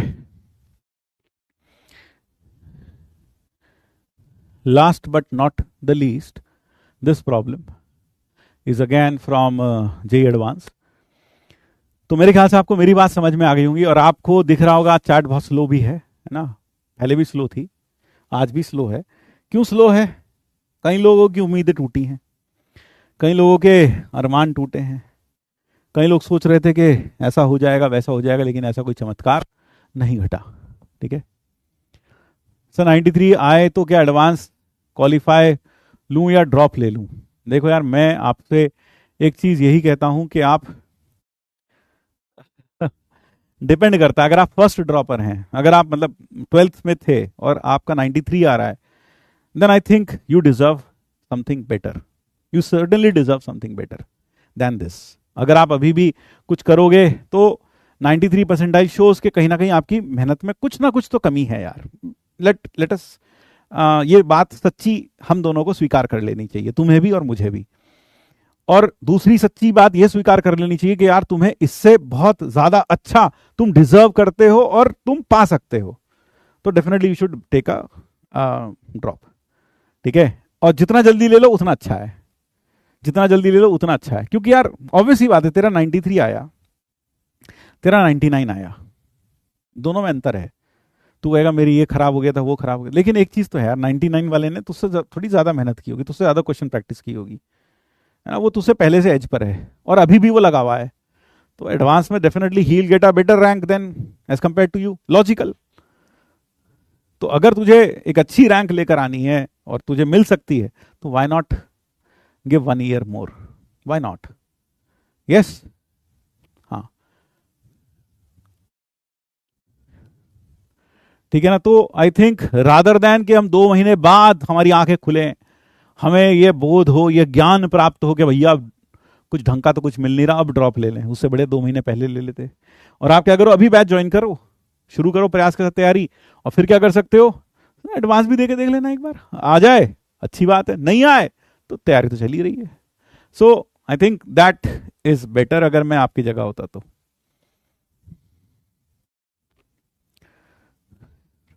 ठीक है, तो ये है, ये वाला सवाल हो गया होगा, ADBST लिख देता हूं, आंसर मेरे ख्याल से 48 आ जाता है, ये कर लिया होगा आप सबने।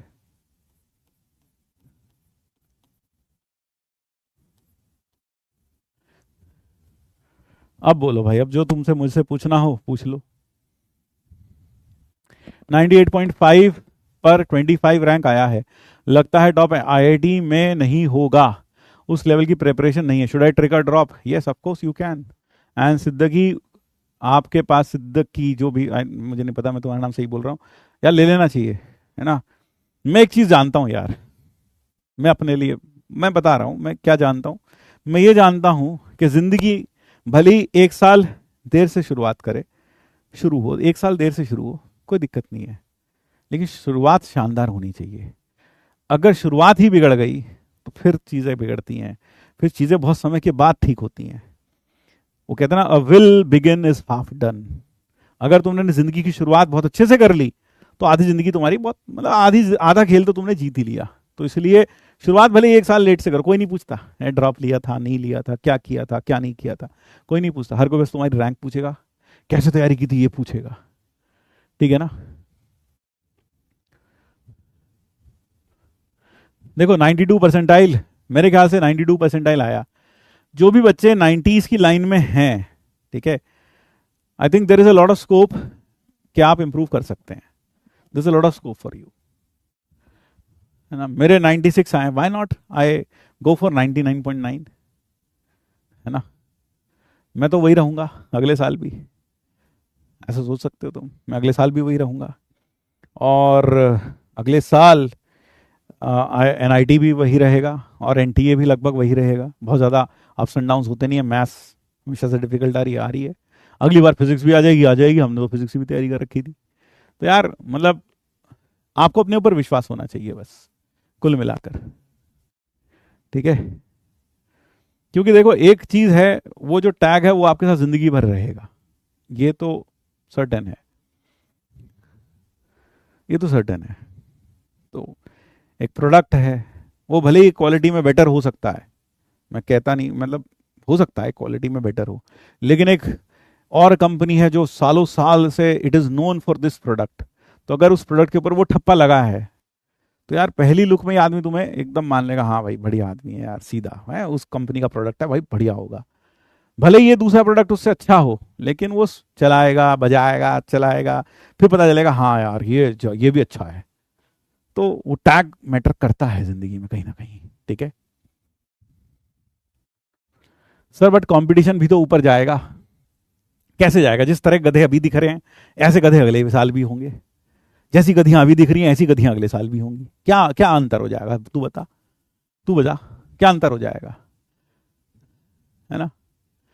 तो अगर तू कंपटीशन से डर रहा है, अगर तुझे लगता है कि तेरे बस का नहीं, कंपटीशन बढ़ जाएगा भाई, अब की बार तो हो गया जो हो गया, अगली बार तो ना हो पाएगा, इसका मतलब तू कंपटीशन से डर रहा है, तुझे अपने ऊपर विश्वास नहीं, तो भैया तू तो जो मिल रहा है वो ले ले, ठीक है, फिर तो जो मिल रहा है वो ले लो।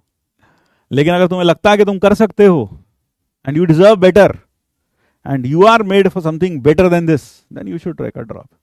It all is your personal call, ठीक है। I'm not going to push you for anything, but I will say कि जितना जल्दी अगर ड्रॉप लो तो 2 महीने बाद नहीं भाई, अभी ले लो, ज्यादा अच्छा है, ठीक है। हाँ, टीचर स्कूल के डराते हैं ड्रॉप से। देखो भाई टीचर डराते हैं स्कूल के, तो तुम डर जाओ, मत लो, डर जाओ, बस यही कहूंगा। अगर तू ऐसे, मतलब यार शेर को जब कोई शिकारी मारता है ना भाई, उसके हाथ में गन होती है, गोली, शेर को पता है ये गोली चलाएगा, मारेगा, लेकिन शेर आखिरी छलांग मारता जरूर है। वो नहीं कि भाई लोगों ने कहा गोली चला देगा मरी जाऊंगा मैं तो भाग जाऊं, पीठ दबा दुम दबा के, नहीं भागता भाई वो, है वो लड़ता है। तो भाई तेरी मर्जी है,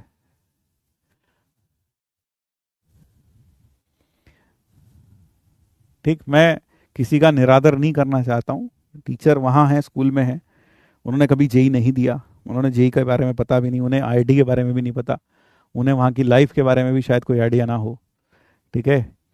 तो मतलब पूरे सम्मान के साथ मैं ये कहूँगा कि जब हमें बहुत ज़्यादा चीज़ें के बारे में नहीं पता हो तो फिर हमें कोई ज़्यादा उसके बारे में राय नहीं देनी चाहिए उस वक्त।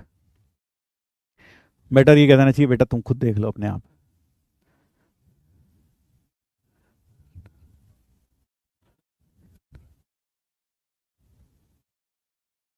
सर मेरा प्लान है कि कट्टर एडवांस सेशन फॉलो करूं और अगर नहीं होगा तो प्रयास ले लूंगा। डिपेंड करता है परसेंटाइल क्या है तुम्हारा, ठीक है।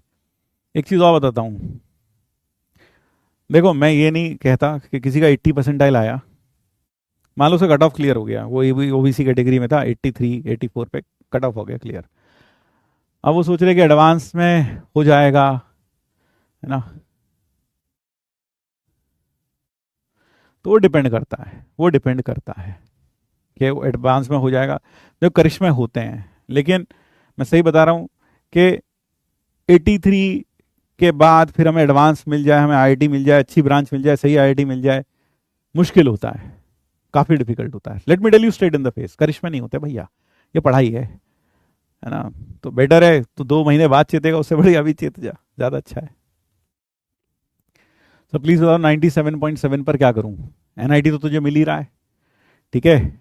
अगर तुझे लग रहा है कि तुझे आईआईटी ही जाना है, दैट इज़ द एम, तो फिर सोच लो, आईआईटी तुम दो, तैयारी करो अच्छे से और दो आईआईटी, कोई ना कोई आईआईटी तो शायद तुम्हें मिल जाए परसेंटाइल पर, ठीक है। चलो ठीक है भाई, तो मैंने बहुत सारे बच्चों को देखा है,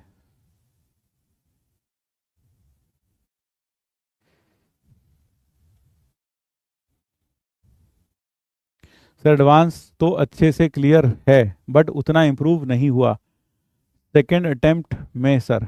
एडवांस तो अच्छे से क्लियर है बट उतना इम्प्रूव नहीं हुआ सेकेंड अटेम्प्ट में सर। एडवांस तो अच्छे से क्लियर है। सेकंड, हाँ नहीं हुआ ना इम्प्रूव इतना, कि इम्प्रूवमेंट के लिए टाइम चाहिए था, इम्प्रूवमेंट के लिए टाइम चाहिए था यार। Improvement takes time, rather it is not an improvement, it is a transformation. Transformation needs time. Sir I am dropper, percentile कम है 93.55। कैटेगरी क्या थी बेटा? XYZ सिंह। अगर आपकी कैटेगरी ओबीसी थी तो कुछ ना कुछ मिलेगा। आज ही मैं देख रहा था, टोटल जो सीट्स हैं 41,000 सीट्स हैं। एनआईटी में तो 26,000 के करीब सीट्स हैं। फिर ट्रिपल आईआईटी, उसमें शायद 8,000 के करीब सीट्स हैं, और जीएफटीआई उसमें 9,000 के करीब सीट्स हैं। तो लगभग 41,000 के करीब सीट्स हैं। ठीक है, उसमें फिर आप category rank, state wise quota, हर एनआईटी में स्टेट वाइज कोटा भी लागू होता है 50%, है ना, और 50% आउटसाइडर्स के लिए होता है। तो उसमें क्यूमुलेटिव रैंक के हिसाब से आपको उसमें क्या मिलता है? एडमिशन मिलता है। और जो बचा हुआ 50% है वो सारा का सारा SC ST OBC इन सब में बटा हुआ होता है लगभग। तो वो आपका उस हिसाब से आप देख लो। ठीक है, अगर आप जनरल में हो 93 पॉइंट समथिंग पर शायद कुछ मिल जाए किसी एनआईटी में, शायद कुछ मिल जाए किसी एनआईटी में। ठीक है, तो अभी तुम्हारे लिए, अगर तुम फर्स्ट ड्रॉपर हो, एक बार ड्रॉप ले चुके हो, तो आई would say you should fight for your advance. दिलो जान से तैयारी करो। सेकंड ड्रॉप मैं पर्सनली सजेस्ट नहीं करता हूँ किसी को भी, क्योंकि एक ही चीज़ को जब तीसरी बार पढ़ते हैं तो वो थोड़ा दुखदायी हो जाता है ज़्यादा। ठीक है, जब दूसरी बार पढ़ रहे होते हैं डेफिनेटली हमने पिछले साल कुछ ना कुछ गलतियाँ की थी, है ना, वो गलतियाँ अब हम नहीं करते हैं। लेकिन जब एक बार और मौका मिल गया और हमने फिर से वो गलतियाँ करके फिर ऐसा परसेंटाइल हम लेके आए हैं, तो फिर उसके बाद ड्रॉप करें तो शायद वो उतना लाभकारी नहीं होगा आपके लिए। ठीक है,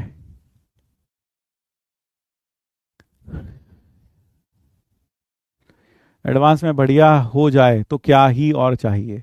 बिल्कुल।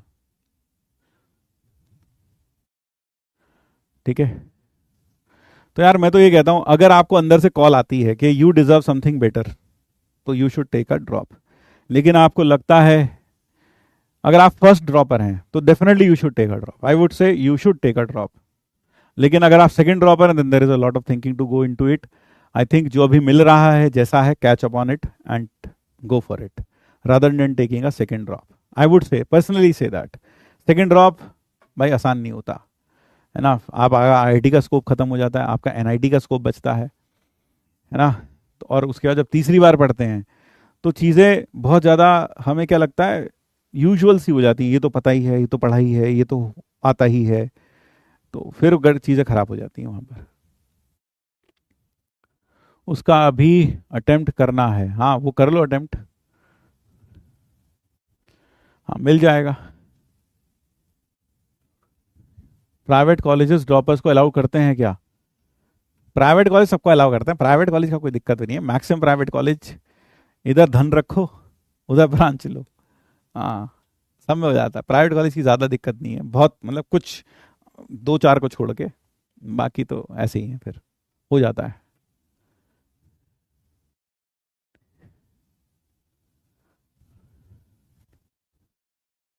और देखो एक चीज़ और कहूँगा, आने वाला जो समय है वो आर्टिफिशियल इंटेलिजेंस, मशीन लर्निंग, इन्हीं का समय ज़्यादा है। क्योंकि आप देख ही रहे हैं, AI is affecting our life so much. तो अगर आपको कंप्यूटर साइंस मिलती है, AI ब्रांचेस मिल रही हैं, then you should go for it. किसी एनआईटी में, किसी आईआईटी में बिल्कुल चले जाएं। ठीक है, तो चलो भाई, बस आज के लिए इतना ही रखेंगे। धन्यवाद, फिर मिलते हैं अगली क्लास में। तब तक के लिए tata and bye bye. And I hope I resolve a lot many of your doubts. ठीक है, क्या बता दें भाई? हाँ, डेटा साइंस, डेटा साइंस भी मुझे लगता है थोड़े समय के बाद क्या होगा, डेटा साइंस में भी AI आ जाएगा, है ना। क्योंकि डेटा से इंटरप्रिटेशन करना और उससे एक मीनिंगफुल रिजल्ट्स निकालना, that is what all data science goes into. यानी आपने स्टैटिस्टिकली कुछ डेटा इकट्ठा किया जगह जगह से, कि लोग जैसे ये पसंद है लोगों को, कुछ डेटा, और उससे एक आप एक क्या करते हो, एक हाइपोथेसिस निकालते हो कि हाँ यार ऐसा होना चाहिए। तो शायद AI भी वहां पर उसमें भी घुस जाएगा AI, आज नहीं तो कल।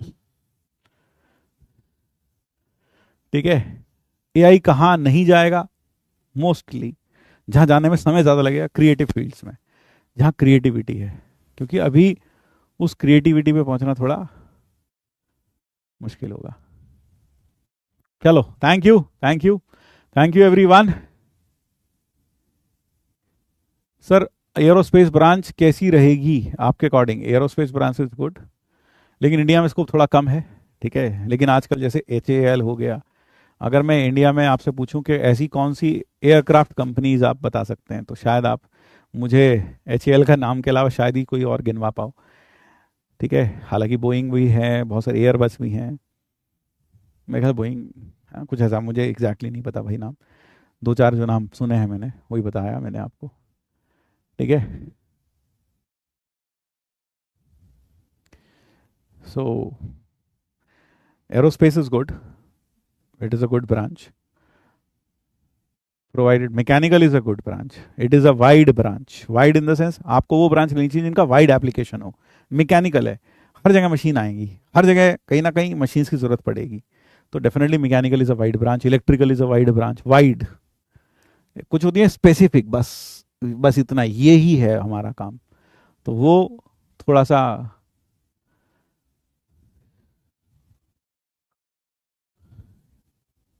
क्या एआई सॉफ्टवेयर को खा जाएगा? खा जाएगा नहीं, खा गया है बहुत हद तक, बहुत हद तक, ठीक है।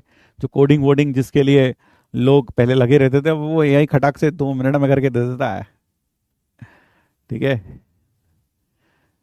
मैथ्स एंड कंप्यूटर इंजीनियरिंग करना चाहिए, बिल्कुल करना चाहिए। मैथ्स देखो, कंप्यूटर साइंस जो है, इट इज मैथमेटिक्स। बहुत आपके कोर्स, अगर आप कभी आप क्या करोगे, आप कंप्यूटर साइंस लोगे, तो कंप्यूटर साइंस में बहुत सारे कोर्सेज आप पाओगे मैथमेटिक्स के साथ कॉमन होते हैं, तो आप बहुत सारे कोर्स मैथमेटिक्स के पढ़ रहे होंगे साथ में, ठीक है। हाँ, तो बहुत बढ़िया है, mathematics and computing is a very good branch, है ना। उसमें आप कंप्यूटर साइंस के बारे में सीखोगे, मैथमेटिक्स भी सीखोगे, एआई वीआई सब आ जाएगा उसके अंदर, ठीक है। चलो भाई, अबे ब्रांच के बारे में बाद में, पहले आईडी तो कर लो क्वालिफाई, ठीक है। सर वेपन इंजीनियरिंग कौन से कॉलेज में है? अरे गजब। चलो भाई, ठीक है, thank you, tata and bye bye. इन बातों का कोई अंत नहीं है, अनंत है, अनंत। Thank you, tata and